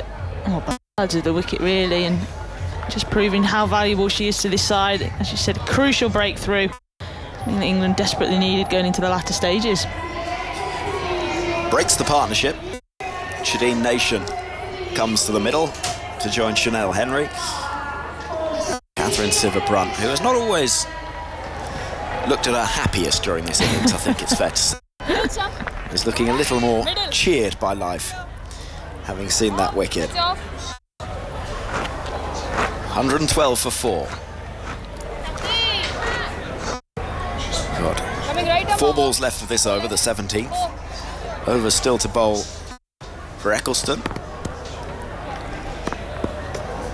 One more for Sciver-Brunt, one for Charlie Dean. This is run down towards deep third, where Sarah Glenn will scamper around, pick up. 113 for 4, so we'll see one from each of them. I think we're going to see Lauren Bell again, probably. She's bowled 2 overs, none for 15, but was responsible for 3 of the wides in 1 over. Yeah, she just got her radar a bit wrong early on, didn't she? Trying to get the ball to swing, just giving it too much width. Sciver-Brunt again, beginning this barrelling approach, running in past the umpire, dropped short, hammered towards backward point. Danny Ward has almost knocked off her feet, but does well to stop it.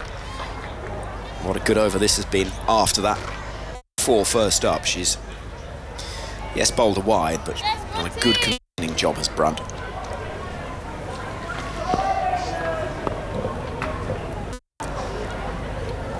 Here comes Sciver-Brunt again.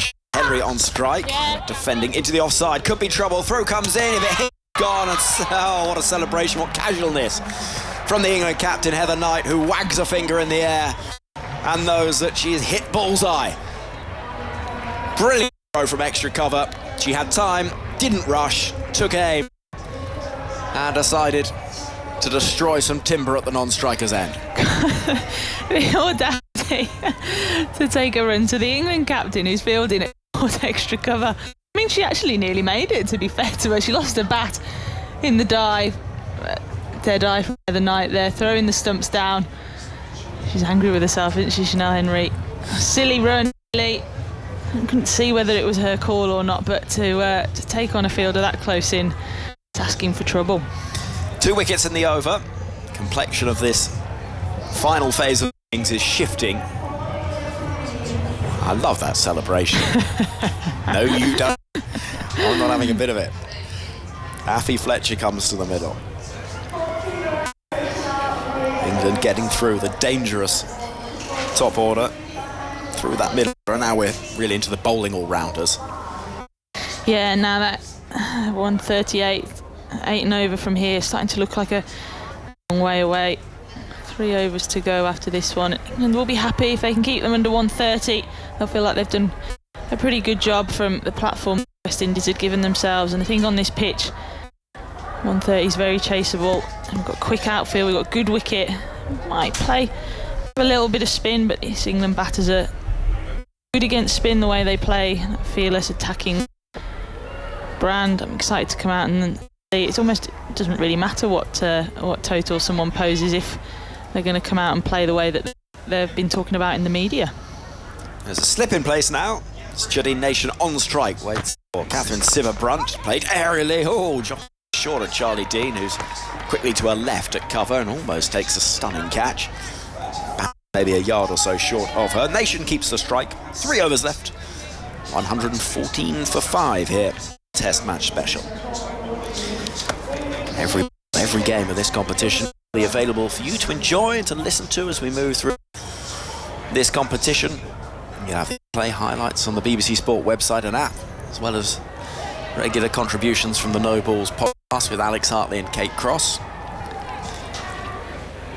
The latest edition of that on the Test Match special stream BBC Sounds. We'll hear from John Lewis, the England coach, goes. He's a good character. I think he feels like somebody who has been quite positively influenced by his involvement in the men's test setup last summer and how that is maybe transferring itself into this England women's team. Yeah, it's lovely to hear him speak, isn't it? It's actually lovely to hear the girls speak about him as well and the influence that he's had and just the positivity and the calmness he's brought. Charlie Dean to bowl the 18th over. This is dropped short. Oh, it's in the air, put down. It was a very tough chance for Sarah Glenn. They'll run through for one. And maybe I'm being a little harsh. It might have just been on the half volley at fine leg. It was whipped around the corner. And there was just a moment where Glenn thought she was in the game. Couldn't quite get that. I think she's worn one face as well, the neck or something like that. It's a horrible position to feel. And they take a run to you as well. It's rubbing salt into the wound. Yes, Charlie. Fletcher alongside Chadine Nation looking to do something here for West Indies, and there is something from her first ball. She plays a reverse sweep which will trickle on down to the boundary for 4. Lauren Bell gave it her all but couldn't get there. She didn't take it perfectly by any means, but she got enough. 119 for 5.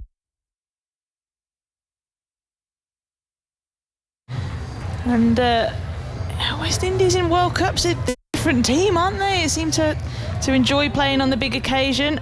They've got themselves a bit of platform, and this lower order now can just come in and play that freedom. Charlie Dean.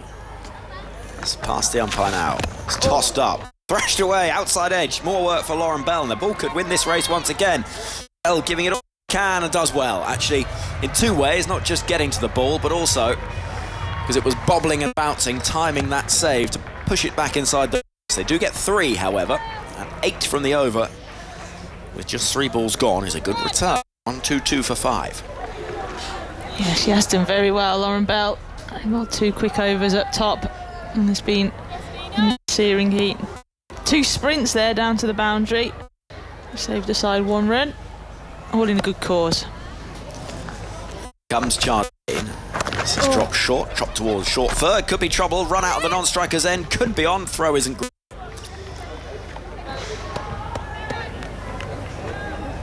Yeah, Charlie. Lauren Bell very busy this over, isn't she? 3 and 3. For the first time this tournament, Georgia, look at the score. It's 1, 2, 3, 4, 5. It's my favourite. Yes. Charlie Dean bowling, whipped into the leg side. They'll run through for 1. Good over this for West Indies. Apologies if our line is a little bit shaky. We're doing our best to make it as clear as we possibly can. The internet connections here maybe just getting a bit hot. Yeah, well, don't blame them, do you? No. So it's 35 according to my watch now, so cooling down a bit. Charlie Dean bowling on the pads of Nation, who tries to sweep. Throw comes in from Amy Jones. Bale's whipped off, but safely back for the single. End of the over. We've seen 11 from it. West Indies with 2 overs left, 125 for 5. Whatever happens, England are going to have to play well. Yeah, they are. I think actually, I'm probably looking at 140 being a par score on this wicket. Fantastic ground. Fantastic. Pitch looks good. See a little bit of turn. Sophie Eccleston, who actually is coming on to bowl now. But I don't think England will be faced by a score of 140. I think it's about par, maybe just below. And a side that they've full of confidence against, beaten comprehensively in the last series before Christmas. Bowling change coming left arm round. Openers at the top of the order, Danny Wyatt and Sophia Dunkley, they only play one way. It's aggressively, it's great to watch. So Sophie Eccleston, 1 for 18 so far. From her 3 overs is bowling a delivery which beats the side edge. Amy Jones immediately whips those bails off, and Claire Polisak makes that famous signal, the big square, that we're going upstairs to Kim Cotton. Have a little look at this. It instinctively doesn't feel very out, but we will have a look. Good sharp work from the England wicketkeeper Jones. Amy Jones is one of those who, when it's out, you know it's out because of how she appeals. It was a bit of understated appeal, maybe just because she had such quick hands. She thought, give it a little shout, but don't think the foot's moved. I'm just going upstairs as a formality, I think. Sharp turn from Eccleston. It's a lovely ball. Yeah, it was more of an appeal out of hope rather than expectation, I think. We'll wait and see what the side angle tells us. There's no bat involved. That toe is on the line. Is there anything behind it? Yes, there is. A couple of spikes over the line, and so it won't be a wicket early in this penultimate over of the innings. But it will be. An excellent piece of work again from Amy Jones behind the stumps in this heat. Never underestimate how hard it is keeping in that helmet, keeping up to the quicks. Big gloves, sets of gloves. Yeah, 2 sets of gloves, shin pads. Horrible. 125 for Eccleston is in. Loads of flight on that, driven towards mid-off. Could be a chance of a run-out. Throw comes in, misses at the non-strikers. Capsey picked it up slightly. And the question only was whether those zing bales would ignite the lush field, but no. Single taken, 126 for 5.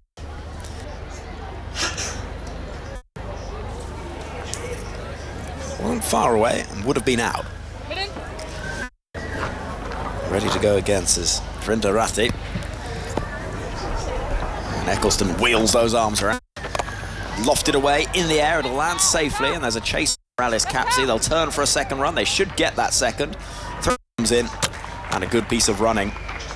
Sees 2 more onto the total, 128.5. They will pass 130. The question now is whether they can towards 140, 145 maybe. Yeah, 140's got that strange psychological advantage, isn't it? Batting side needs 7 and over from the get-go, but I just think it's an average total. Eccleston bowling, big appeal for LBW, and no is the answer. Could be a run out in the end, as the throw came in from Charlie Dean and almost took Amy Jones's toes off. Bales light up. There's going to be all sorts of reviews going on here. First of all, Heather Knight says that she wants to have a look at this for the LPW. Eccleston's reaction was one of somebody who was certain. Yeah, she did think that was out, didn't she? But I've just seen a replay of it on the monitor, and I don't know if that's going down. Dan Norcross has given his opinion. He thinks it's out. And he was, in fairness, at the start of this competition, given accreditation as umpire, which is an alarming notion for all of us. Oh, that's out, isn't it? I think, yeah, well, I don't know. It might be umpire's call with where it's hit at. Oh, I don't know. There's no bat involved. It's hit the back leg in front of Midland leg. Yeah, okay. Okay, I'm giving it out now. Good job you didn't get the umpire's accreditation. I'm a terrible umpire, I really am. Right then, let's have a look. Eccleston's got 1 for so far. I think it's about to be made into a second. Affy Fletcher having scored 10 from 4. My only thought is that umpire Rathi thought that this perhaps had come off a bottom edge, but I don't think it probably has. We'll wait for ball tracking to be built. Here we go. First question. Pitching in line, impact in line, wickets hitting. Yeah, 3/4 of the way, leg stump, and there is 6th wicket to fall. West Indies 128.6, and a 2nd wicket for Sophie Eccleston. Out LBW. Fletcher goes for an enterprise from 5. Well, I'll take it all back. Sophie Eccleston knew in the appeal. She, I think was it the arm ball, I think? She fired it in to that leg stump, and yeah, hidden halfway up that leg stump. It's been good from Eccleston at the death. She's so used to bowling the tight overs, the big overs up front in the power play, and then finishing off and closing innings at the death. We're so used to seeing her wrestle back a bit of momentum, which is what her Catherine Siver-Brunt managed to do in the last couple of overs. Is, you know, England into the break, having taken wickets, going with a bit of momentum, and that's what they can bring out their batting innings. Well, here comes a youngster, Sida James, 18 years old. She was leading scorer and wicket taker for this side during the Under-19 World Cup. Just gone. She's a good player, someone that's got a bright future for this West Indies. As she joins the action, left-hander, left-arm spin bowler, made her T20 international debut this year. And She's a player that I think we'll see plenty of in the coming years. 128 for 6. We've got, what, 8 balls left of this innings, 2 from Eccleston. And then we'll see Catherine Siver-Brunt bowling the final over. Eccleston over the to the left-hander, who's lofting the ball down the ground in the air. Good looking shot, clears the infield, up a little bit, and Siver-Brunt has to turn and get round quickly. There's a little show of intent. That was fun. 130 for 6. Oh, it's almost like they've got 6 balls here to just get as many as they can. 7 free balls, sorry. And why not? Why not have a swing?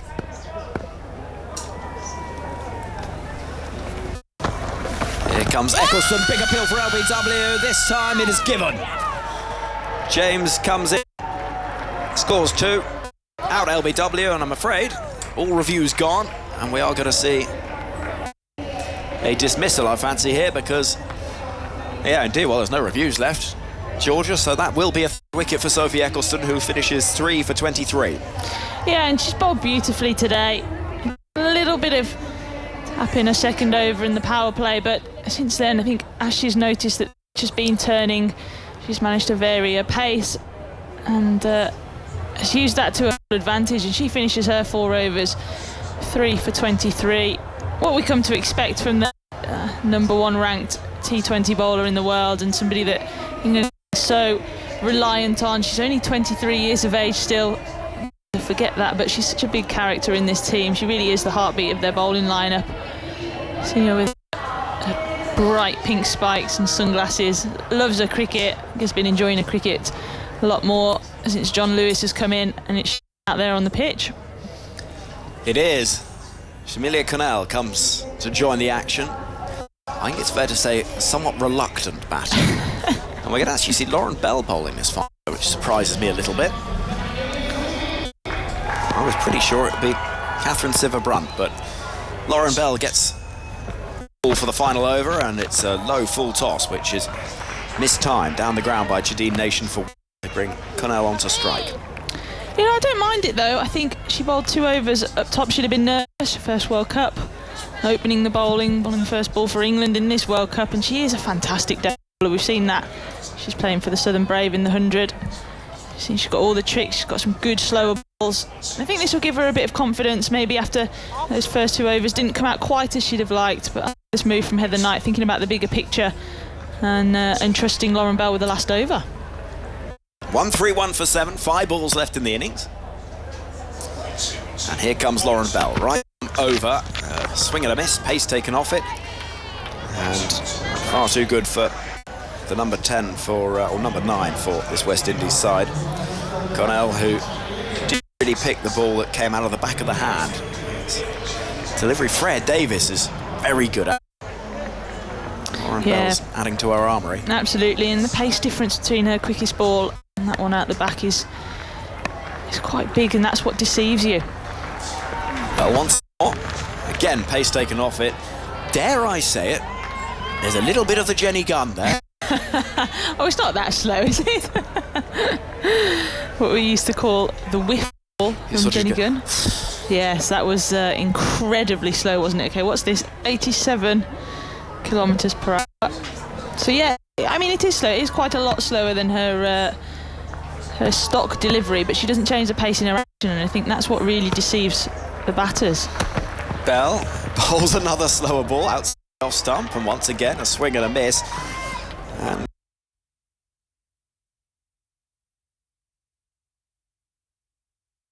And then you can smell a fire that's only going to see, well, a couple from it perhaps. We've had 1 single and 3 dots, so. Yeah, and Lauren Bell's really been working on this. I've spent the winter with her when she's been at home. She's working on her wide yaw. There's a slower ball wide yaw because it's a real plan. In comes Bell. This time there is bat and ball. Should be a run out. No, there's a fumble from Heather Knight, and single will be taken. Connell finally getting bat on ball. 1-2 for 7. So it is a real plan to go that wide line, all the pace off it, and you just, in the women's game, don't have the strength really to generate power into the ball, and that's why you can keep 1 fielder out on the offside, stick 3 on the leg, and it's such a great plan for the tail enders. runs this. There's a chase on in the deep for Danny Wyatt, who runs away with the mountains in the background. They'll get through for a couple. They're almost meeting at the same end. Throw comes in.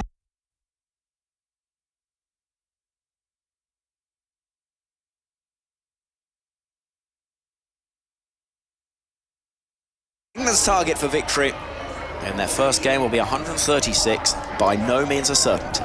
Absolutely not, and I think probably, if we're being completely honest, it's 15 runs that too many. England have given 18 extras, 12 wides, and the runs that they've conceded from the extra deliveries that they've bowled as well. I mean, 135, they'll feel very in the game, they'll feel like they absolutely can chase it, but they're going to have to bat well, and it's, like I said, 15 runs more than they would have wanted, I think. Well, England asked to field first. Have, I think, a few questions to answer actually about how loose some of that was, because a bit of a lack of control at times, occasional bits of sloppy fielding, and certainly those wides. You can't get away with that against really any side in international cricket. That wasn't England quite at their best, I don't think. No, it wasn't. There must have been some nerves around. It would have been the first time that some of these players are playing in a World Cup. Lauren Bell taking the new ball. She had a fair few extras in her first few overs, and yeah, I just think sometimes when you're in that sort of mind,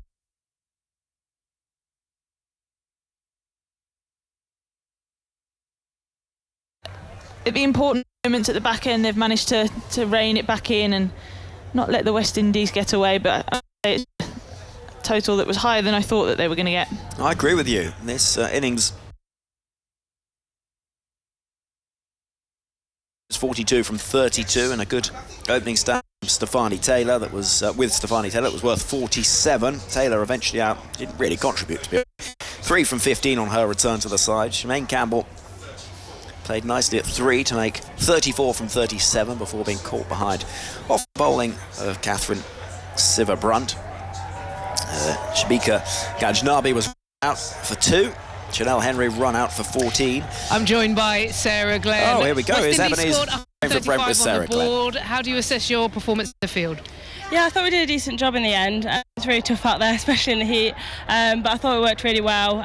Started to cut off those twos, because I thought West Indies ran really well, to be honest, and I thought we assessed the conditions and we kind of pieced it together at the end. Yeah, you picked up a wicket yourself and the most economical bowler today. How do you say you need to bowl on this surface?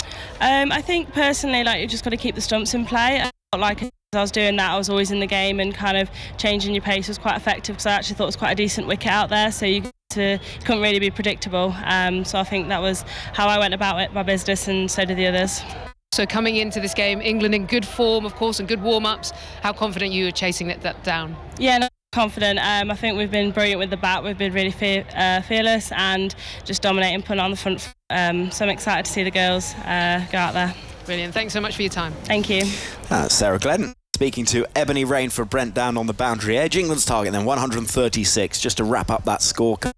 Only 4 players made it into double figures. Matthews with 42, Shemaine Campbell 34, Chanel Henry made 14, and Afi Fletcher made 10. In terms of the bowl figures, 1 wicket apiece for Sarah Glenn and Catherine Siver-Brunt. 3 for Sophie Eccleston, the world's best. And in the end, it was a little bit of a disappointing display from England's bowling unit. He'll feel they could have done a little more there with 135 for 7.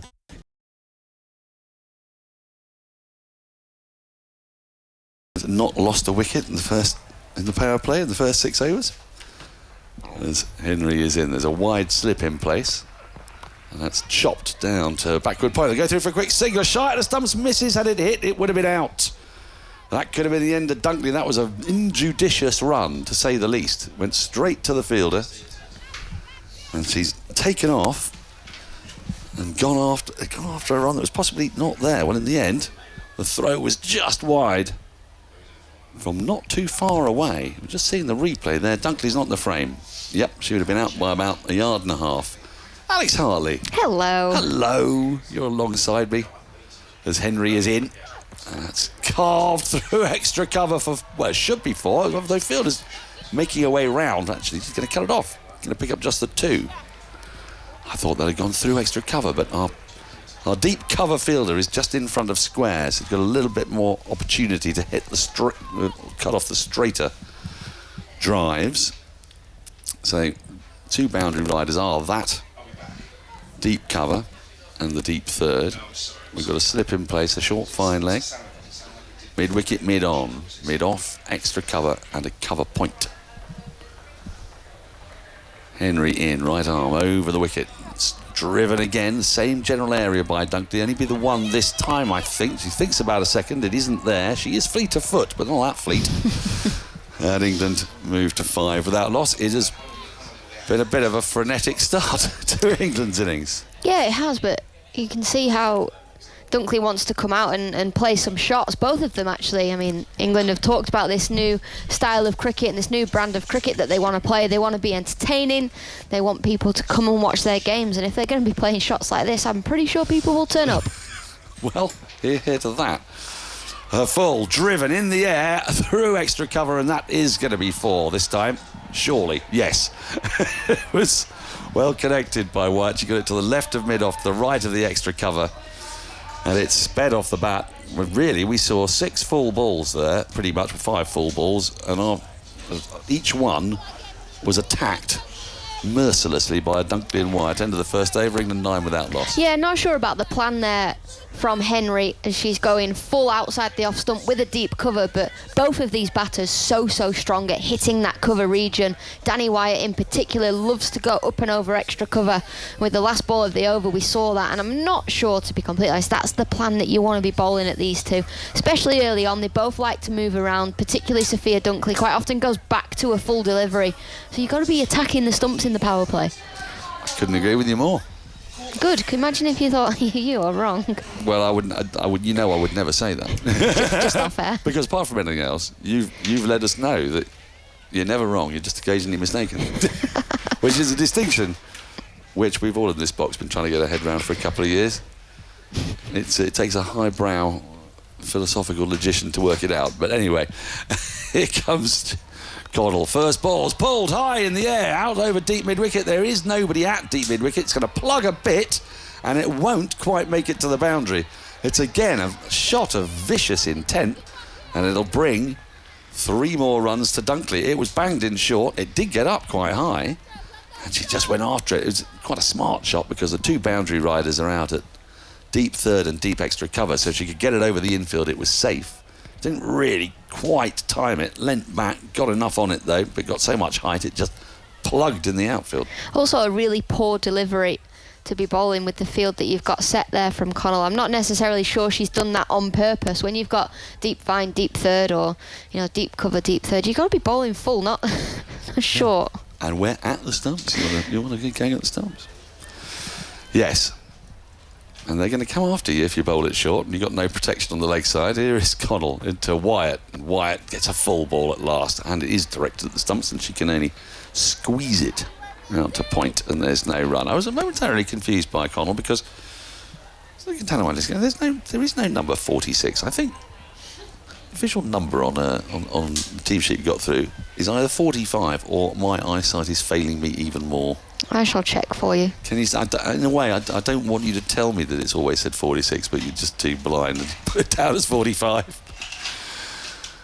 Here's Connell in, right arm over, and again a swipe from wide, a slower ball that goes through on the bounce to the keeper. There's no run. It's wide of the off stump. The official sheet that we got in an email says 46.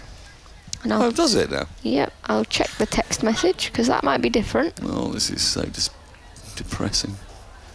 Did it say 46 as well? I can't be having senior moments this early into the tournament. We've got a lot more to do. Another 18 games to do after this. Short outside the off stump through to the keeper. Rashada Williams, there is no run. 12 without loss. So 3 dot balls in a row. I was looking at the batting order going, it doesn't say. There's no 46. 46 on the team sheet as well. So unfortunately, Dan, that is just you having a senior moment. It's me. Oh well. If it's starting like this, who knows what kind of a state I'm going to be in by the 27th of February. Next ball is wide of the off stump and given as a wide. That was too wide. Trying to hide the ball as much as anything else from White. That is a tactic. If you're not going to bowl straight, I suppose bowling flirting with the wide line is another way of going about it. But you're not going to get any wickets with that. And I mean, the ball is swinging as well. So what you actually want to do, or Connell should be doing, is starting the ball on the stumps and getting the ball to swing away from Wyatt. And then she'll play that flashing drive to bring the slips into play. And as Connell comes in to complete the over, short, under edge, and it's gone through slip, and it's running down to the boundary. And it gets there for 4. Full shot from Wyatt, looking to cut that through backward point. It went off the under edge of the bat, bounced just in front of slip, down to the boundary. And Connell will be thinking she's slightly unlucky there, but she started the ball outside the off stump and it swung so much it ended up outside the wide line. So it's giving Wyatt the ability to just throw her hands at the ball. Gets an under edge. Even if she gets an outside edge, it's probably going to hit slip straight on the forehead and they're not going to have a chance to even try and catch it. Well, we could say one thing that the West Indies have got right here, as Connell is in. And Wyatt pulls through the onside. There's nobody out there. It's being pursued by the fielder. It should be cut off. They've come for 1. They come back for 2. They think about a 3rd. Decide against it. Decent throw in from the deep, must be said. 2 more to the total, so 9-10 off the over with the wide. England 19 without loss. Dunkley 7, Wyatt 11. Is that at least Connell's bowling, if she's going to bowl away swing, which she didn't really try to, but if she is, from the right end, because we've got a stiff breeze, and even if I can't transcribe numbers properly, I'm pretty sure that those flags are telling me that the breeze is going from right to left as we look at it. I'm going to agree right? with you. Yes, you're right. The breeze is going across the pitch towards the mountains on our left-hand side. And it is quite the breeze. If you were, and there are some people sat out on the bank. You need the breeze today, though. But you've got to be careful with the hot breeze. 37, 38 degrees It's hot and a out wind. there. I've never actually been in a country where you walk outside and it's like going into a sauna. Yeah. It's quite nice because, you know, I've had the winter, well, 4 weeks at home. Yeah. The winter. But not Steady. quite had the -7 that was Christmas time. No, I had that. But you went to Iceland. So you went in search of even colder cold, didn't you? Yeah, everybody's saying, why are you going away this week? And I said, I've been in the country 2.5 weeks. I've got to get out. Weekend away. I'm getting cabin fever. So I took that was you, wasn't it? Because were you away straight after the end of the season and then went to Australia? Yeah, you were, weren't you? You went to Europe, then you went to Australia.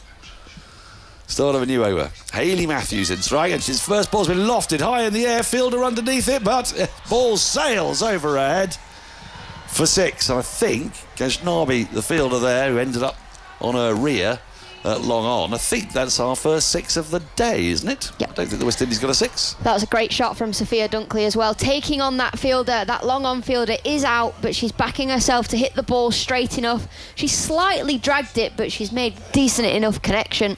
Gone over the fielder for 6. Well, that's a way to greet Hayley Matthews, isn't it? First ball, hop, skip, jump from Matthews, very familiar. A shorter ball that turns and is cut into the offside and is dived over by the fielder, so they'll pick out a couple of runs that they shouldn't have got. Sloppy from the West Indies. They can ill afford to do that with England having got off to such a flyer. And 27 without loss. We've only had 14 balls. And if we were concerned from an England point of view that 136 could be challenging, especially after seeing Sri Lanka defend 129 yesterday, well, England had got off to a much brighter start than South Africa did, that's for sure, as Matthews is into Dunkley, comes down the wicket, she lofts this magnificently over wide long off for 4. Dunkley is playing some wonderful shots here. She's faced 7 balls, so 4 and a 6, and there's 19 to her name already. Well, in one of the warm-up games, Dunkley got a 15-ball 50. And watching her bat here today, you can understand why. She is playing some wonderful cricket shots. Talk about the entertaining cricket that they want to play. Sophia Dunkley, when she's at her best and she's playing 360 like she is now and she's finding the gaps in the field, well, I reckon she's one of the best in the world to watch. She faced a dot ball yet. She got 19 off 7, but only 10 of those in boundaries as Matthews comes around the wicket to her and she goes loft again, this time over long off. That's an even better shot. That might be the best of the lot, actually, because Matthews has come in, tried to cramp her for room, and she's hit it straight as you like over a straight long off for a 1 bounce 4. Matthews over has gone 6-2, 4-4, and the ball is screaming off Dunkley's bat at the moment. She's 23 off 8, England 35 for none. Well, we can see the England dugout, and no wonder the coaches are all having a little giggle together. Matthews in once more, and Dunkley dabs it to the onside, a dot ball. She'll be furious with that.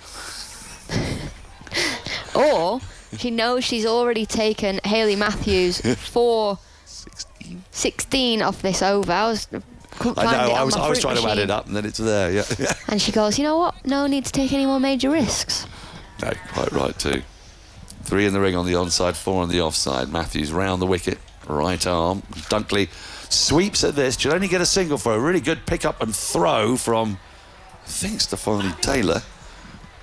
Comes in, but it misses the stumps, and Wyatt is home, running to the danger end. 17 off the over, 36 without loss. Dunkley has 24, Wyatt 11. It was a nice pick up from Stefani, but again, I don't think she's at the fittest at the moment.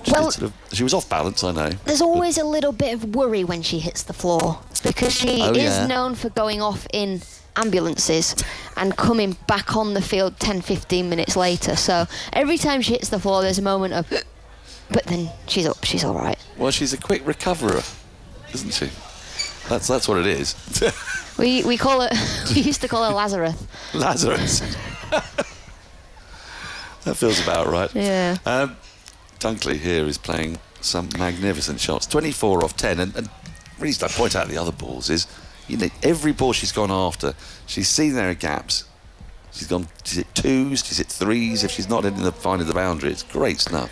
Well, these two really interest me, actually, batting together, Dunkley and Wyatt, because when you think about T20 cricket, you think about Danny Wyatt being the aggressor and the one that gets off to quick starts.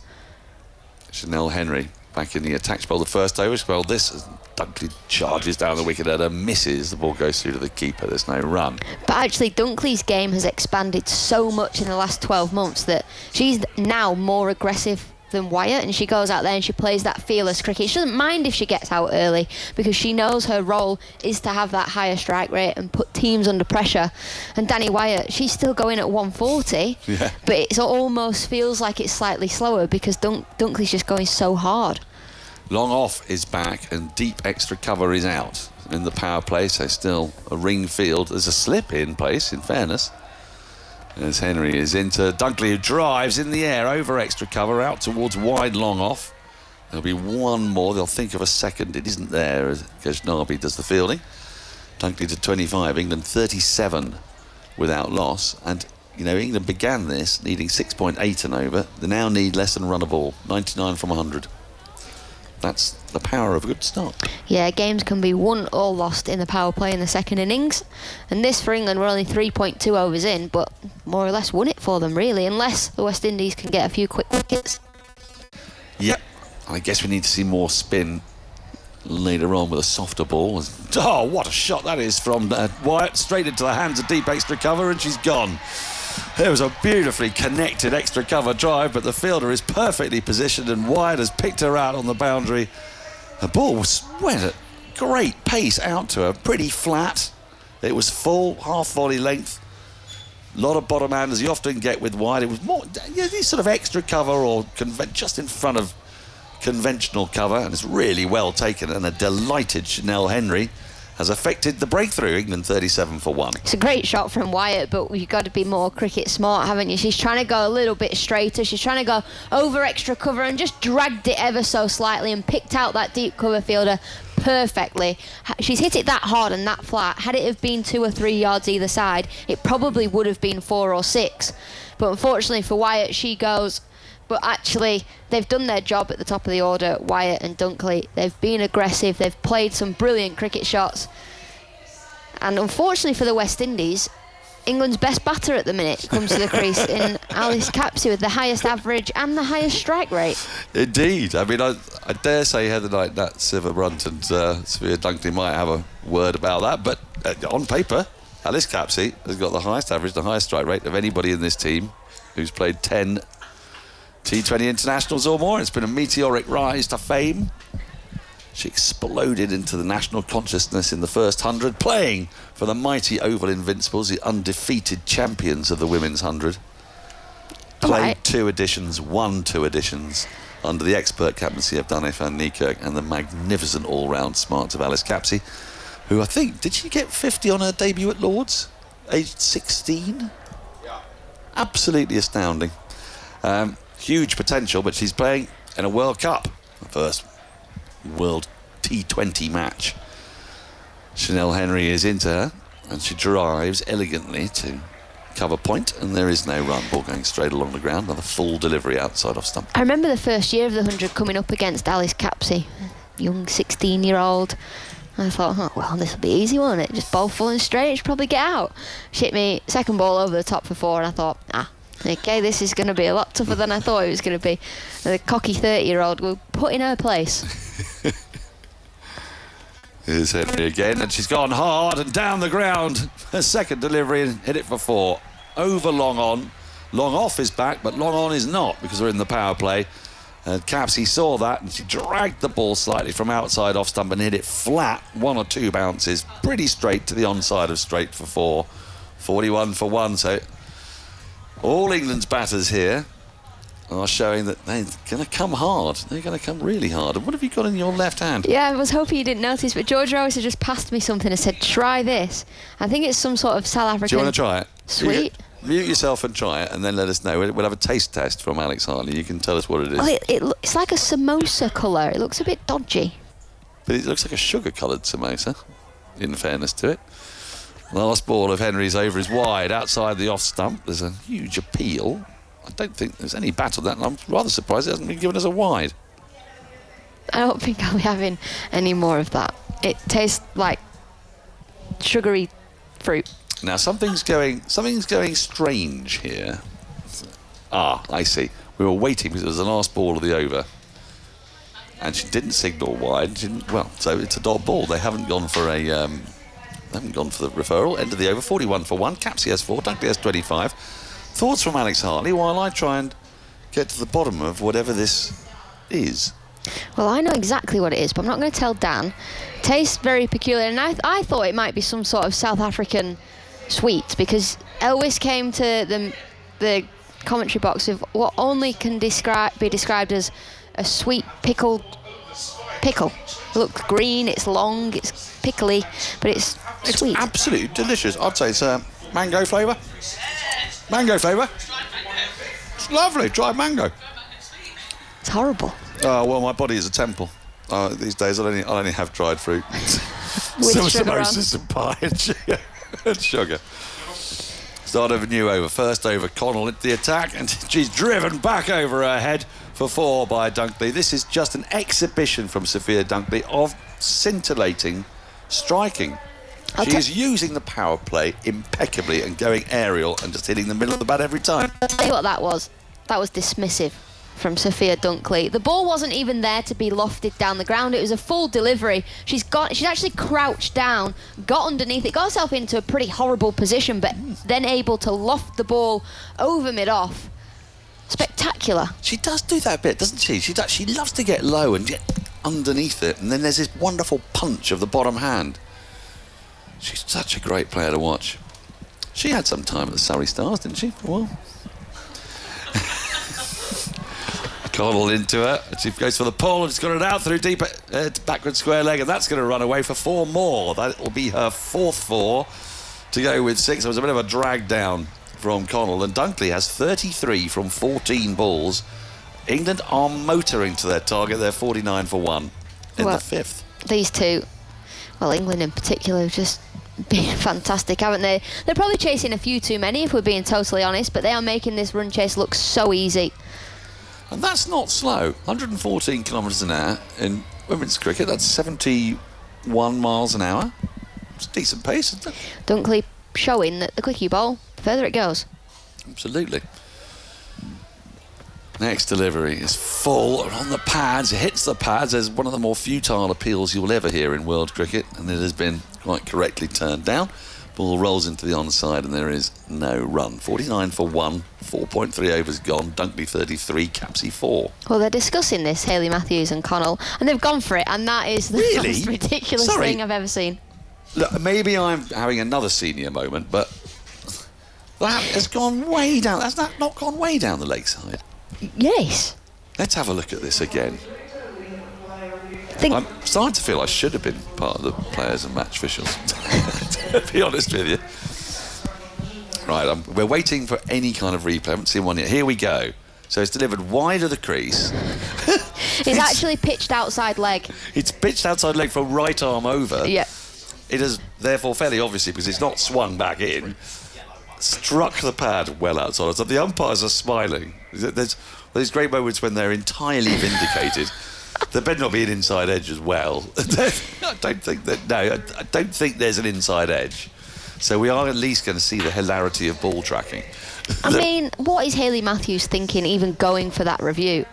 Well, they've not reviewed well today, haven't they? They had one good review where Stefani Taylor was given out to a very poor decision, an LBW off Lauren Bell, which was overturned, but they lost their 2 reviews of the bat pretty quickly, and they're in danger of losing their 2 reviews of the ball. It's the first review, but they're going to lose it. So they're trying to decide if there is an inside edge. They don't need to. Just go to ball tracking. The ball's pitched outside leg stump as a bowler coming right arm over. There's no bat involved. It doesn't matter. Show us. If we don't get to see ball tracking, then I'm going to walk off in a huff. Seems a bit dramatic, to be honest. It does seem a bit dramatic, doesn't it? Maybe I'm getting over the top. It's all right, then. Yay! Here we go. Just as we were watching ball tracking. So it's pitching outside leg, and because of that, we won't even get to see how far it would have missed leg, which is an enormous distance. I don't understand that review. I get that Sophia Dunkley is the key batter and the key wicket if the West Indies are to have any chance of winning this game. But that was never out. That's an awful decision from captain. If she is important and you need a review, don't waste them. Right. Dunkley, next delivery is a slower ball. She works it up to mid-on for a rare dot ball. Trying to aim at the pads again. Do you think that's the first time in this innings we've had 2 consecutive dot balls? I think it might be. The big screen said that 50's up, but it's actually 49 for 1. So there's chaos and mayhem going on out there as Connell is in. And that's another slower ball. Thick edge as Dunkley goes for a big swipe, and it goes through a sort of vacant third slip region. There wasn't enough power on it, and only brings her a single. As the ball is collected and thrown back in. 50 now is up, and it's come in double quick time. 4.5 overs. England require another 86 from 91 balls. They're sitting very pretty here on a pitch that suddenly looks rather fun to bat on, wouldn't it? Does indeed. It is turning, and there is there's a scope for the spinners to pick up wickets and maybe slow this run rate down. Last ball of the 5th over. Capsule on strike, stuck on the pad. Ball going down the leg side. I think umpire says not out. If Connell, Andy, I think you heard 2 noises, did you, Alex? Well, if they were going to review the first one, you would review that one. Then you'd review this one, but I'm not sure either's a particularly good one. There's a conflab here between. No, she's gone for it. Hayley Matthews has gone for it. Oh, sorry, I've just done something to your phone that's a disaster, and you were showing me an important tweet. I was. That's all right. Right, so while we wait for all that to load, just from Hypercourse, the magnificent Hypercourse, this is the 4th time since she started opening the batting in T20 internationals that Dunkley scored 30 or more during a power play. That's quite an achievement to get 30 or more in a power play. So this though is Alice Capsey, who's being reviewed. Now that could be tight, actually. That could be tight, because she's deep in her crease, Capsey, playing across that front pad. It's hit her on the knee roll. I don't think it's going over the top. Is there any bat? There is! Umpire Hartley is never wrong. And the West Indies, in the space of 3 balls, have lost both their reviews. Now England, 50 for 1 after 5. Alex, you vent. And then I think it's time for Henry Moran. Now, to me, I know I am good at umpiring, I'm joking. To me, that was obvious there was an inside edge there, just for the way the ball deviated onto the stumps, well, not onto the stumps, sorry, onto her pad, and the way she played the shot, it just looked like there was an inside edge. Hayley Matthews, I think she's been pressured into that one. I think the one before, she was thinking, why not just give it a go and go for it, but both reviews wasted, and we know the umpiring hasn't been the best today, so things are looking in favour for England at the minute. 50 for 1 after 5 overs. Yeah, the 50 up, which is what England would have wanted early on, get ahead of the game, and they've done just that. The required rate, 5.73. I've got a cup of tea. It's a hot day, cup of tea. Cools you down. Dunkley waiting, smashing the ball back at the bowler, and what a catch! An astonishing bit of fielding from Chanel Henry off her own bowling. Dunkley goes for 34 off 18. And that is as good a return catch as we'll see in this tournament. That is phenomenal. Oh, wow. Wow, wow, wow. What a catch that is. It was hit hard, it was hit powerfully, straight back to Henry, the bowler, who stuck out her right hand, more to try and stop the ball than anything, and it's one of those, when it hits, it sticks. That's the key wicket, that's the wicket West Indies wanted, but that is a fantastic catch in her follow-through from Chanel Henry. That is a brilliant piece of fielding. Caught and bowled, gone 34 from 18. It's a fine knock from Dunkley, but another wicket for West Indies. Chanel Henry picks up a second, and that was a brilliant caught and bowled. I've never seen anything like it. That will be on the highlights because you can't not put that. And where will you find the highlights? Can't remember. Alex, I say it every single game we've ever been The on. live text? Yes. The live text. And where is the live text? BBC Sounds. On the website. The BBC Sport website. I just had a blip. I was too excited about that catch. Go and watch it. I don't know where, but go and watch it. Brilliant catch, really was. And all credit to Chanel Henry. It was one of those where she looked at her hand, not quite believing that the ball had stuck in it. Do you remember Jess Jonathan did that last year in the 50 over World Cup? I mean, Sophia Dunkley has crunched that back to the bowler. And they often see when you're in the nets and that happens and the coach just gets the mitt and goes, that's 4. And that, brilliant. That Siva Brunt is in. Chanel Henry is bowling, driven back to her, and she does well to stop that. She's been supreme off her own bowling today. Gets a pat on the back from Shemaine Campbell. England 50 for 2. We see another replay. It was in the slot. Wallop bat. A little bit toe-ending, perhaps, but it was still travelling, wasn't it? I mean, she's hit it so hard, it's actually made Chanel Henry fall backwards. Henry bustles in again.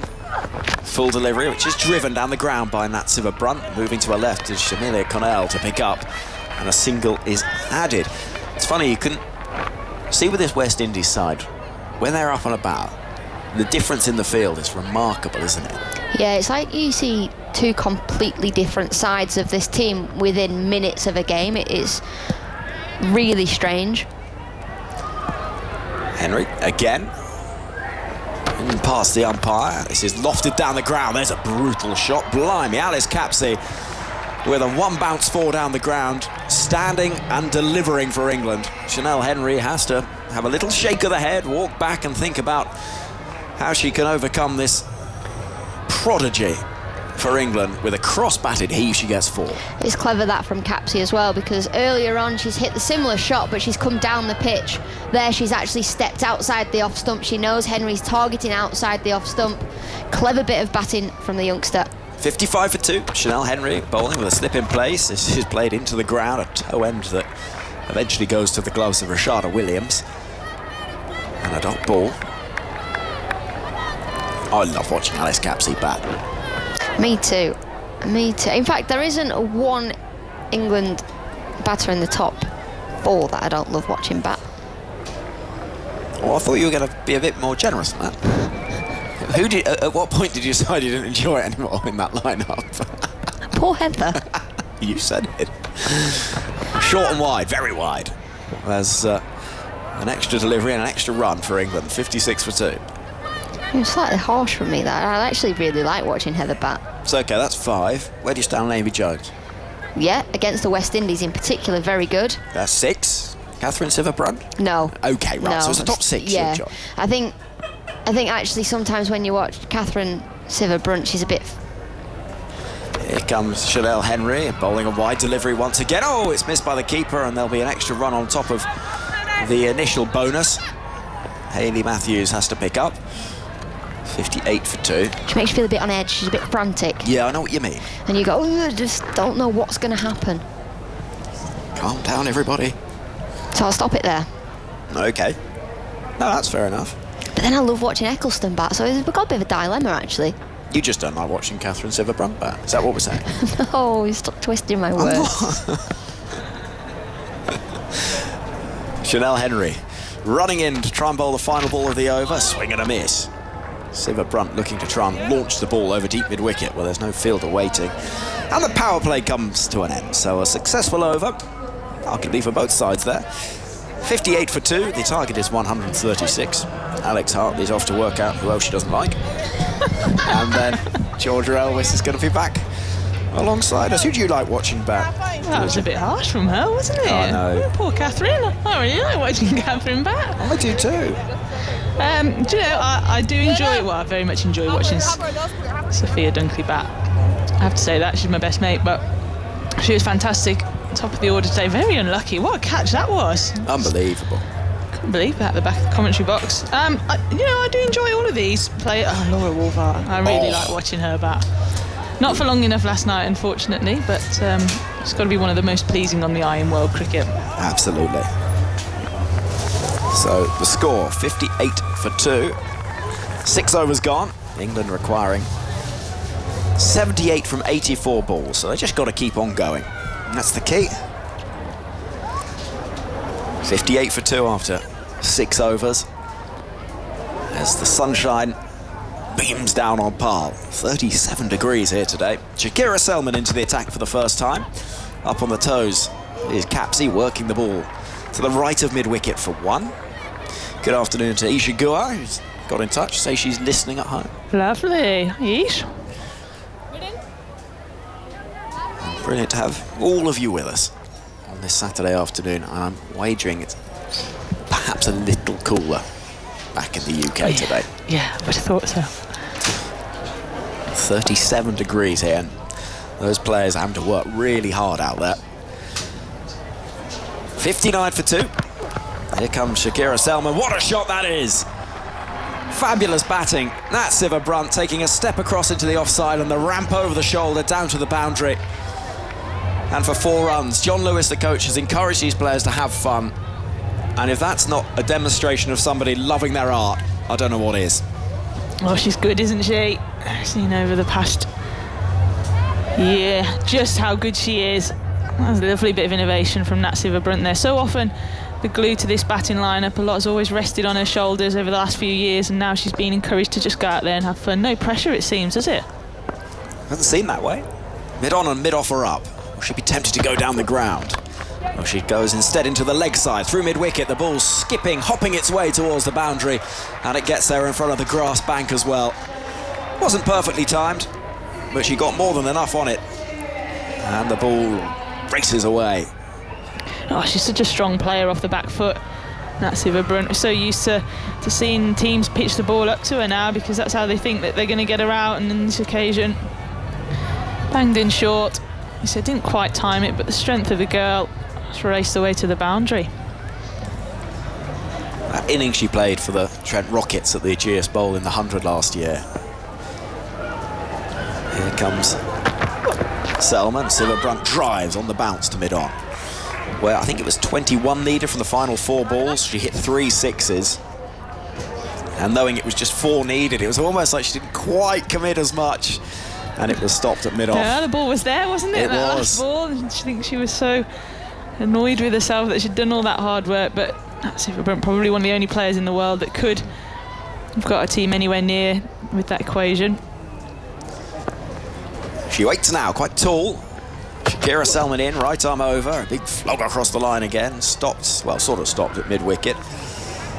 The ball went rattling away to the right of the 17-year-old Zyda James, who couldn't stop it cleanly, but it is a dot the ball nonetheless. 67 for 2. We've got a ball left to the over. A reminder, Australia versus New Zealand starts on the BBC Sport website and app from 5 p.m. here on 5 Sports Extra. There'll be commentary from the 6 nations when we finish here. Here comes Shakira Selman. Siva Brunt drives off the back foot to mid-on. No run there, so 3 dots to conclude the 7th over. England 67 for 2. The required rate stands at 5.31. Right then, what's that stat you've got for me? Well, it's Sophia Dunkley and her form coming into this tournament. The warm-up against South Africa, 59 off 19. The warm-up against New Zealand, 60 not out off 38, and then 34 off 18 today against the West Indies. Thank you, Alex. And with a big day coming up on Monday, she'll be quite happy with those numbers, won't she? She will. IPL auction day. I was meaning against Ireland. Oh, sorry. That too. No, just joking, of course. Big day in the calendar for women's cricket on Monday. Could be a big day for us as well with Hartley in the draw. I'm excited. Daniel's already eyed up the most expensive restaurant he can find, ready for Alex to take us all out for dinner. I'm really excited about it. We've got high hopes, haven't we? We're optimistic in the commentary box. I'm very optimistic. Afi Fletcher into the attack. Taken over 50 wickets at T20 international level. She's bowling to Alice Capsey, who's in position early for a reverse that's played brilliantly for 4.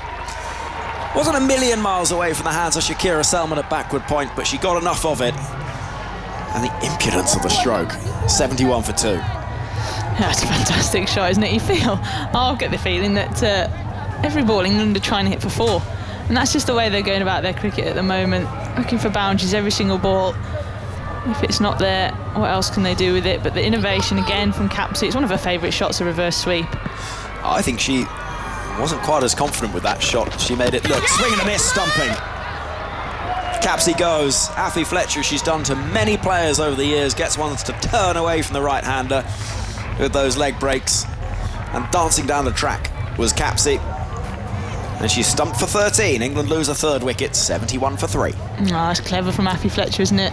Didn't like the youngster coming after her first ball. She brings the length back. We see that turn from this wicket we saw in the first innings from Sophie Eccleston, and Alice Capsey, it's a wild swipe at that really and ends up nowhere near it.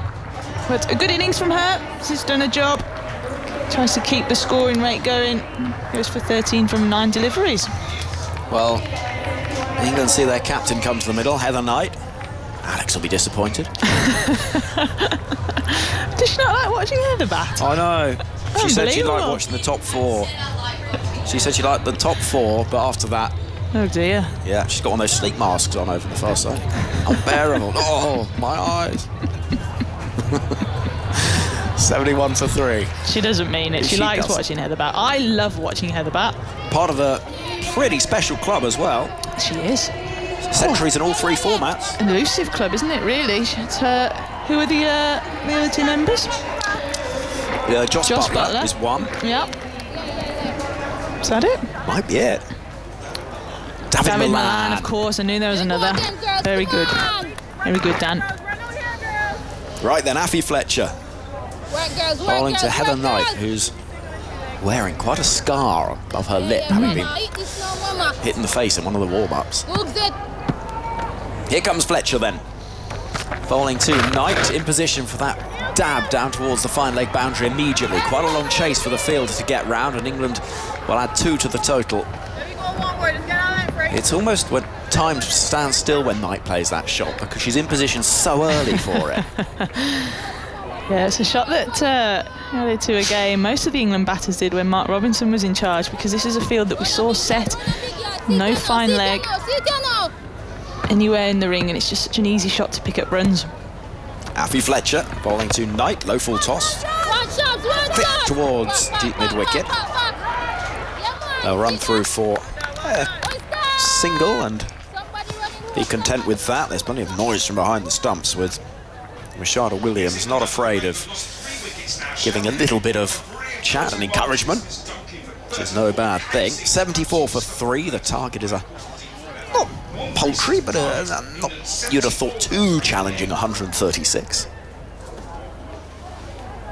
Here we go, Fletcher. Here we go, Fletcher. Afi Fletcher with the ball in hand in the sunshine here at Park. It's Siva Brunt on strike. As he sees the ball drop short, it's clubbed into the leg side. There's work for Gajnabi to do, running round to her right at long on, I should say. 1 run taken, 75 for 3. There's quite a lot of noise out there, isn't there? It's a tactic that West Indies used in the past to make it feel more frantic than it is out there. And Heather Knight, she's not influenced by it at all, is she? Hand on her hip. Just waiting for the bowlers to be ready. 75 for 3. Played late by the England skipper, who pushes it towards point but won't find a run. And Fletcher's first over goes for 8. She got the wicket in there as well of Alice Capsey. 75 for 3 after 8 overs. You were Sledger out in the middle. Georgia? Okay, I have been known to be. Have you? Yeah, unfortunately. Alex keeps telling me I've got white line fever. I've never done it to Alex, and I don't think I've ever done it to anyone who hasn't deserved it, but if somebody annoys me, I'm sure I'm quite within my rights to tell them. Fair enough. Do you go for the subtle sort of gentle prodding or just the outright abuse? Oh, it really depends. No, I don't. I would never abuse anybody. I know Come on. No, if someone annoys me, I'll let them know that. But I had an altercation once with Stefani Taylor, actually. Did you? I was in my follow-through bowling and she ran into me. No. Oh, what's all this about? Umpire Sue got involved. Sider James with a horrible low full toss, which is walloped into the leg side and away for 6. Welcome to the game. A no ball above waist height full toss, which is clobbered away for 6 by Nat Sivabrunt over backward square leg. England 82 for 3, and they've got a free hit as well. That is literally as bad as it can get for the first ball that you bowl. It really couldn't be worse. No. Oh dear. Poor girl. Free hit. Sivabrunt goes bang into the leg side. There is a fielder waiting at deep mid wicket to collect, so just the 1 run is taken. 83 for 3. So you had a bit of an altercation, did you? Yeah. Ooh. She shoulder barged me, actually. No. I'm going to try and get some footage so that I can prove this happened. It was in the KSL. Was it? Yeah. Game at Loughborough, and I remember umpire Sue getting involved, and she said to Stefani, I'm watching you. She was on my side. You want umpire Sue on your side? I do. Always you want the umpires on your side. Absolutely. Well, I was in the right, she was in the wrong, so... Sider James, slightly quicker ball this time, strikes the pads of Heather Knight, but well down the leg side, 83 for 3. My favourite sledge, I've heard, is I like the subtle ones that make you think. Okay. Keeper saying, here comes Sider James, bowling to Knight. It's not what the keeper said. But chopped towards backward point, no run. Keeper said, when you bat, do you breathe in or breathe out when you're about to hit it? And suddenly you're standing there thinking, well, what do I do? So holding your breath. Sider James, round arm action, defended by Knight, down the ground. Clever. Isn't I like it? that. I might nick that one. Because you're thinking, am I going, Here comes Sider James. Round the wicket, reverse sweep attempted and brilliantly played. Wrong footing. The fielder trying to stop it and trying to anticipate it at backward point, but Shakira Selman had to pirouette and see the ball flashing away in the opposite direction. 4 runs masterfully struck away by England captain Heather Knight to move England to 87 for 3. Yes, beautiful shot from Heather Knight. What I like about this England side is they're all wanting to entertain, but they all got their different styles of batting. And Heather Knight, she's so consistent in the way she plays. Not necessarily known for a strike rate, but then when you actually look at her statistics, she's very, very good. 49 needed from 67. James in again. Knight happy just to pick up 1 down the ground. Keeping the strike for the start of the 10th over. In England, 88 for 3. The target is 136. And they need 48 from 66. Deliveries all very much in hand. And it looks like, barring anything too dramatic, they'll be getting their World Cup campaign off to a winning start. And they'll want to do so quickly because net run rate could come into it. The top 2 from each group qualifying for the semi-finals. And you don't want to necessarily think about avoiding Australia, but they'll be wanting to avoid Australia in the semi-finals. Yes, absolutely. Heather Knight's very experienced campaign, and she did an interview with you where she says, we won't necessarily play them, will we? I like that. Yeah, I like that as well. Very gritty from her. I said to her, how are you planning on dealing with Australia? You don't have to play them. Thank you very much. Well, fair enough.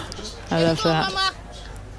88 for 3. Affy Fletcher moving in again to bowl to Knight, who's forward, defends. The ground surrounded by mountain ranges. It is a stunning place, it really is. In comes Affy Fletcher. Down the leg side. Knight tries to sweep but misses. Wide signalled by umpire Claire Polisak. And the score 89 for 3. Work, mommy, work, mommy, work, mommy. Affy Fletcher tosses the ball from one hand to the other. Comes in now and bowls outside the off stump. Driven firmly and confidently out to deep cover for one. Shadeen Nation fields in front of the grass banks that have become increasingly full as the heat has just died away a little bit. There was a time when pretty much every spectator that was on the grass banks was desperate to find some shade underneath the trees.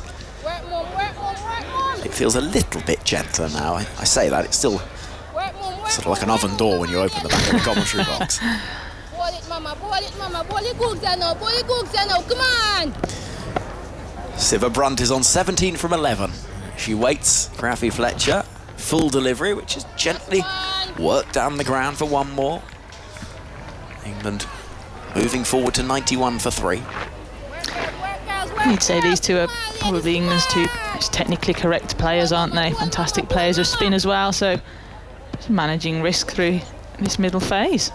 Afi Fletcher bowling to Knight, and she is managing risk when risk is there, but when the opportunity to go big, well, when it comes along, she's not going to miss out. It's a lovely shot, lofted over mid-on, down the ground, a couple of bounces into the ropes, and 4 more to the England tally as they move to just 41 needed from 62. Yeah, it's a freebie, isn't it? West Indies have got mid-on and mid-off both inside the ring, trying to create a bit of pressure, and to a player like Heather Knight, you can't serve up an over-length ball like that and not expect her to go after it. Fletcher over the wicket. Knight defends into the offside. No is the cry. There's never a run there. 1 ball left of the 10th over. With England at 95 for 3. Fletcher again with his approach of about 5 paces or so. Bowls to Knight, a little bit wide, driven hard towards Shemaine Campbell. In the covers, there won't be a run there. And at the end of the over, 10 gone, England 95 for 3. They're chasing 136. Should win this game. 41 needed from 60 balls. Siva Brunt is on 18. Knight's on 13. And Georgia Elwes, after some more thoughts from you, as drinks are being taken, we will, in a moment, hear from Daniel Norcross. Well, that's been a fantastic first start to the innings from this England side. Wondered how they'd come out and play under this new coach of John Lewis. The aggressive attacking top 3 in Capsey, Dunkley and Wyatt didn't hang about, got themselves off to a fantastic start, and now 95 off 10 overs. I really think if they'd batted first, what sort of total could they have set? It's a fantastic way of approaching an innings, I think, to have the excitement of the 3 youngsters. Oh, calling Danny White a youngster there. She did rather, but she feels perennially young, doesn't she? Just yes. She has a kind of attitude to life which feels deliciously youthful. Absolutely. And to thwacking a cricket ball. And we've seen some fair few bits of thwackage today from England's batters, most definitely. They've got a little bit of peril still to negotiate. You know, we've seen England before, and in World Cup, if a couple of wickets get lost straight after the drinks break, then it will test that lower order. But they've still got Amy Jones to come, Sophie Eccleston, Catherine Siva-Brunt. There's plenty of batting there, and it's just the way they've gone about it. It's felt nerveless, hasn't it, Georgia? Oh, it's been fantastic to watch. It's put the West Indies on the back foot straight away. The way that Dunkley and Wyatt both came out. I know that Wyatt's going to be aggressive, but the form that Sophia Dunkley's in, I spoke about it briefly earlier. She's coming into this tournament off the back of 2 50s in the warm-up games and 2 quick 50s as well, striking the ball so cleanly, and it's the way they go about it. It's certainly been entertaining. That's what they want to be. And then you get the experience of Nat Siva-Brunt and Heather Knight through the middle. It's quite a formidable lineup, actually. It's getting the juices going, isn't it? Sounds to me like you've had your juices going a few times on the field of play. I was listening to you talking to Henry there, and you're not going to say I was slightly shocked, because I've heard people describe you as the Chris Wokes of women's cricket. You know, that's quite the compliment. That. Yeah, loveliest man-stroke woman in cricket. You know, from the West Midlands, all that kind of shebang. But it turns out, yeah. Sorry to disappoint. You're a fraud. Well, those people clearly hadn't annoyed me on the field. Well, I liked your certitude over this. It was very pleasing. Right, now then, Hayley Matthews puts herself back into the attack. Right arm over the wicket, off spin, and his first ball's been reverse paddled to a short third man. Direct hit as they come through for the single. I think they're going to go upstairs needlessly. It feels pretty much to me that Knight was comfortably home, and none of the West Indies fielders are particularly excited, but they will have a little look. So it's a good bit of fielding apart from anything else, and when you pull off a direct hit, you do at least want to trouble the TV umpire. Yes, you do, and especially with Heather Knight, she's not known for her speed between the wickets, and I think she's got the dreaded stat of the run-out being her most common dismissal. Which, is that right? I think so, yes. I remember speaking about that in commentary last summer. Well, we've just seen the replay, and she's so in that her front foot lands pretty much about a metre beyond the crease as the ball hits the stumps. The bat itself had gone past the stumps, so she was very in, a single to Silverbrunt. Nat Silverbrunt, that is 96 for 3. We're in the start of the 10th over. Knight on strike, 4 in the ring on the offside, 2 in the leg side. As she drives at a wide one, out through the covers. It's being pursued by fielders. It is a quick outfield, and it will possibly have been cut off. I don't think so. I think the fielders have decided that isn't worth checking. It was a really good effort by the fielder, diving on the ball just as it was about to hit the boundary sponge, but it had just got past there, and it brings up England's 100. They're 100 for 3. It was a lovely shot from Knight, and it's another situation in which is a lot more understandable here, where the skipper could have 5 players in the ring and 4 out, but they've opted for an extra fielder in the ring to try and put some pressure on, but this time it's not worked for them. Matthews in again, a bit shorter, just work through mid-wicket. There'll be at least one as Knight sets off. They'll come back for a second, and, well, more than that, they'll get 4, because it's an absolute horlicks of an effort out at deep mid-wicket, where 2 fielders have got into a terrible tangle, and the one coming from the boundary should probably have stopped it. They both should have stopped it, surely. Yes, I think so. That was not a great spectacle. Yep, diving. First fielder dives over it, Nation, and then second fielder, who's not anticipated what might have to happen, is in completely the wrong place. The ball gently plopped onto the sponge for 4. Not going to please your bowler, who's the captain. How do these figures currently stand at? Well, I'll give you it after this ball. Tossed up and swept out towards deep backward square leg. This should be a single, and is. 1.4 overs, 1 dot ball, none for 27. Yeah, she's the captain, the best bowler on your side.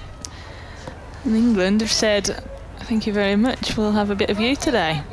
They've taken her down, haven't they? Absolutely taken her down. This over, 10 off this over, 17 off her first. Whether it's a deliberate targeting or just the way that they're playing, it's almost like they're sort of targeting everybody. Is Matthews with that skip and a jump bowls. Big appeal for LBW from an attempted reverse paddle is turned down and will not be reviewed. It was Nat Silverbrunt this time who got herself into the tangle. So we see it again. It's quite a sharp turn. It has hit her in front of the stumps, but would have gone on to miss the stumps. Here is Matthews once more. And that's swept at. Big appeal for LBW. A bit of under edge. It's running away towards the boundary. Fielder in pursuit.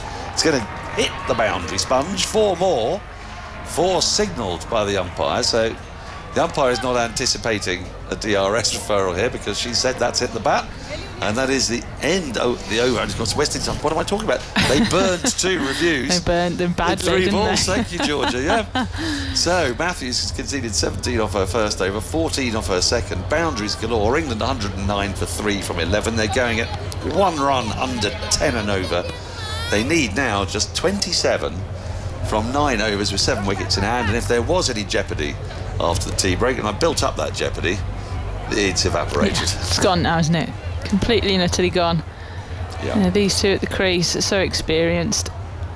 Silverbrunt 23 from 15, Knight 22 from 16, so both going along very nicely, seemingly in complete control. And it's a big game for England, this, because you should take nothing for granted in a World Cup. But as Fletcher is in to start a new over, and the ball's flicked in the air. It wasn't a million miles away from mid-on, shy at the stumps, misses. And this slightly wonky running, nonetheless, brings Heather Knight a single. Just reminded, when you were talking about Heather Knight being run out over and over again, reminds me of Charlotte Edwards towards the back end of her career. And I think, is this something that comes with being England captain? The burden. As Fletcher is in again, all dabbed into the offside square of the wicket, no run. The burden of having to deal with gobby firebrands like you. Constantly getting the team into trouble with the umpires has made their knees go. Tossed up and smacked at, missed, bottom edge really. Missed the middle of the bat and just rolled out into the onside, picked up by the bowler, no run. I resent that. I'm terrified now because when you feel like you're in the right and you've been badly wrong, now you give me the evils. Yeah. Now you're on my list, Daniel. Well, now you just said you've got a list. Appeal for LBW from a reverse sweep, missed, turned down. Yeah, well, you're the only person to have annoyed me so far this season. Oh no! Who's on your list? You. Have you got anyone else? No, not at the moment. You don't have. I don't let grudges hold over seasons. Oh, that's promising. Driving out over extra cover this time is Siva Brunt. She'll pick up one to come back for a second as it goes out through extra cover. Fielded by Biller running round from the boundary. 2 more to the total, 112 for 3. 24 needed from 49. And now the field has spread, so when Hayley Matthews was looking to squeeze a little bit in the previous over off her own bowling, for Fletcher, she's got 4 boundary riders at deep extra, wide, long off, deep mid-wicket and a deep backward square. Then again, short, and that's been whacked over straight mid-wicket for a 1 bounce 4. A drag down from Fletcher, and Siva Brunt latches onto it instantly, picks up her 4th 4 to go with her 6. And England are speeding towards their victory target. They need just 20 more from 48 balls. They've got 7 wickets in hand. Siva Brunt 29 from 20. Knight 23 from 17. And I was saying, well, it's such a big game for England is that, Georgia, the other teams are going to play India, Pakistan, Ireland, and we must take nothing for granted. And we saw what Sri Lanka could do to South Africa, but South Africa are a weakened side. And it would be a bigger shock, wouldn't it? A much bigger shock if Pakistan or Ireland managed to beat England in a T20 international and a World Cup. Yeah, no, it would. It absolutely would. See this England side. I mean, the way they've come out and batted today. The bowling wasn't, as disciplined as we've become accustomed to, but it's hard to see them slipping up against Pakistan or Ireland. But having said that, stranger things have happened. Start of a new over. First delivery is tucked into the onside by Knight. They scamper through for a quick single. It's James doing the bowling, the left arm spinner, and they pick up 1 more. 117 for 3. But, and I can sometimes be a bit irritated by numbers, as you know, but if England were to lose to India and India were to lose to the West Indies, and both sides beat the other 2, then you could end up with 3 teams with 3 wins. So net run rate would become significant, and England are very well placed here to pull off a convincing win that would just ease even that pressure, and it would take them a giant step towards the semi-finals just after the first game. A sweep is missed. There's an appeal for LBW, but the ball struck Nat Siva Brunt well outside the line of off stump, and there's no run. Rare dot ball. Yeah, so that's exactly what I was thinking when West Indies, the game was gone really, and they still only had 3 fielders out. For them, it's important. James in, that's chopped into the ground. It just rolls to backward point. There's no run as Matthews does the fielding. It is, isn't it? I mean, they've got to try and keep England out there for as many balls as possible here. Next delivery is shorter, pulled away, and that's going to run away to the boundary for 4. Really good placement from Nat Siva Brunt. She's got it between a backward square leg and a fine leg, short fine leg. There's nobody out there, and it's yet another boundary for England. The ball has been thudding into the boundary sponge, or even over it a couple of times today. We didn't see 6s yesterday at Newlands. This feels a slightly smaller ground, certainly straight. The wide boundaries are still pretty wide, but boundaries have come at an incredible rate. And that's a 50 partnership, you know, and that's come up with just 34 balls in 23 minutes. James in again, short again, pulled again, this time through deep mid-wicket, and it's going to be 4 more. And when Siva Brunt gets to this stage of an innings, almost every ball can go flying to the boundary, can't it? England now are just 11 runs away from victory with 43 balls left to she's spare. so good, isn't she? She's so good. So strong on the back foot. There's a big, huge gap at mid-wicket, but you still got to place the ball there with the power that she's got. Tossed up, driven, but without timing. Back to the bowler, end of the over, 9 from it. England cantering to victory. They've got 7 overs left. They only need 11. They've got 7 wickets in hand. Siva Brunt has 27 from 25. Knight 24 from 18. Georgia's going off to work out exactly how she's going to take me down. Could be a voodoo doll. It could be... It could be just an official complaint to HR. And to take us through to the end of the match, it's going to be Alex Hartley with England cruising here, Alex. Cruising to victory. 11 runs needed, 42 balls. How many balls are we giving them? 3? 3.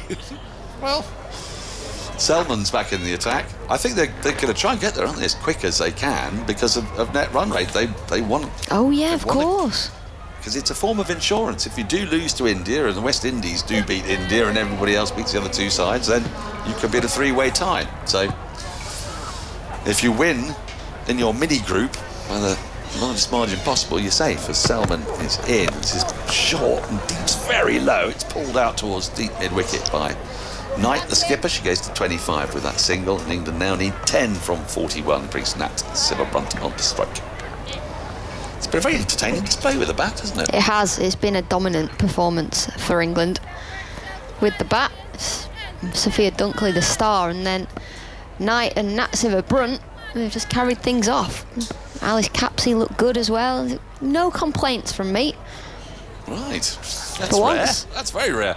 Selman in down the leg side, wide is signalled. Full ball, but corrected. I mean, I suppose you had a few grumbles about England's bowling at the beginning, didn't you? Yeah, but come on, don't bring that up now. I said I had no complaints about the batting innings. We'll talk about the bowling at the end of the game. They were just a bit loose, a bit nervous, that's all. Well, we may have a bit of time to discuss that. But if you want to do a sweep here, if wide's coming to, we've got to do legitimate deliveries. So what do you think? I'm still on. I said 3 balls, didn't I? You did. You are still on. Selman in, and that's been hacked at and missed. The ball's gone through to the keeper low, and there is no run. You're in trouble here without. Yeah. You need like no ball or wide assistance here. Yeah, I was getting the assistance from the wide deliveries earlier, but that ball there, Siva looking to heave the ball into the leg side, a big old hack across the line, but it stayed low. And we have seen the ball turn. Australia. Yeah. What do you think? What do you think? Do you think it's going to be spicy to you tonight? Yes, yeah. Australia, their spinners. Yeah. Alana King, Georgia Wareham. Selman in full. It's driving his nicely. Good diving stop at mid-on. We'll keep the scoring to 1. Do you think that the pitch has turned more as the day's gone on? I've not seen a spinner ball for a while. I wasn't paying attention. Matthew's got... Okay. Matthew's got one to rip. Oh, well then, yes. And as you say, Australia are packed with spinners. New Zealand have got a few themselves, so it could be interesting. Selman in. That's into the pitch ball, just worked into the onside. Back of a length, picks up a single. This Knight goes to 26, 129 for 3. I think with the pitch playing the way it is, it will be a closer game than it necessarily would be on a flat deck. Right. Because that'll equalise the teams, yeah? Just ever so slightly. Australia's still favourites. But could be a good game. We saw Sri Lanka beat South Africa yesterday. I'm still reeling from that. Reeling, I tell you. I loved reading all social media about it as well. Yeah, I did. Selman is in. And Siva Brunt drives back to the bowler, and Selman thinks about flinging the ball back at the stumps in a follow-through, but then thinks better of it. I mean, I just couldn't help thinking. We were commentating in a commentary box next door to 2 of the all-time greats of South African cricket. Both still playing cricket. both still playing cricket, both can bat. One forced One into can bowl. retirement. Yep. One not retired, just not selected. And they lost by 3 runs in front of a huge crowd. Selman in, wide of the off stump. Nicely played, elegantly played through the covers by Nat Siver-Brunt on the offside. Picks up a single, moves to 39. Because Siver-Brunt takes up so much space on our fruit right, machine. Sorry, yes, on the fruit. So on the backs, it's very much Siver-Brunt, you know, space. Sorry, I didn't mean the you absolutely person, I confused meant me the there. name. They have...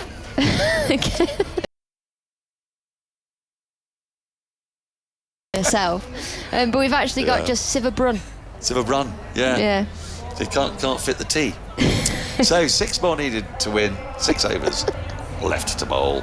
You would imagine it will be done and dusted in this over. It could be done and dusted in 1 ball, the way England like to go about these things. And it will be a tremendous result for England to get their campaign off to a winning start. Matches come thick and fast. England's next game is against Ireland. Monday. Here, on this very ground. We'll be back. Yay! Looking forward to that. And it is an absolutely glorious ground, ringed with mountains, especially on a cloudless, breezy day like today. And I'm looking forward to seeing Ireland in the flesh. England seldom play them. Right, start of the 15th over down the leg side. Wide is called. It's Henry back in the attack. She's picked up 2 of the 3 wickets to fall. Taken 2 for 23 in her 3 overs, but this is now really a matter of when, not if. 5 needed now. It's almost like England have slowed down, just making sure they get the job done, don't do anything too reckless. Well, Reading, because I don't think they like the fact that Alice Capsey's got a better average than them. I think that'll be it. Someone walking straight in front of the side screen, absolutely oblivious. And marvellously dawdlingly, though. I mean, really, like a London tourist on a busy rush hour street. Right, here's Henry, looping in, right arm over, pulling out towards deep mid wicket. Is Siver-Brunt, picks up her 40th run. There's a misfield, but it will cost the West Indies nothing, and the target's down to 4 from 35. Do you know what was really polite then? Siver-Brunt just stopped Henry in a run up and said, well, there's someone walking right in front of you, so... She said, I'm really sorry, Henry. Very polite. Did you hear that? I didn't hear that. Your ears are better than mine.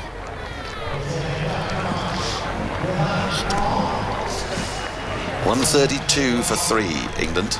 Siver-Brunt has 40, Knight has 26.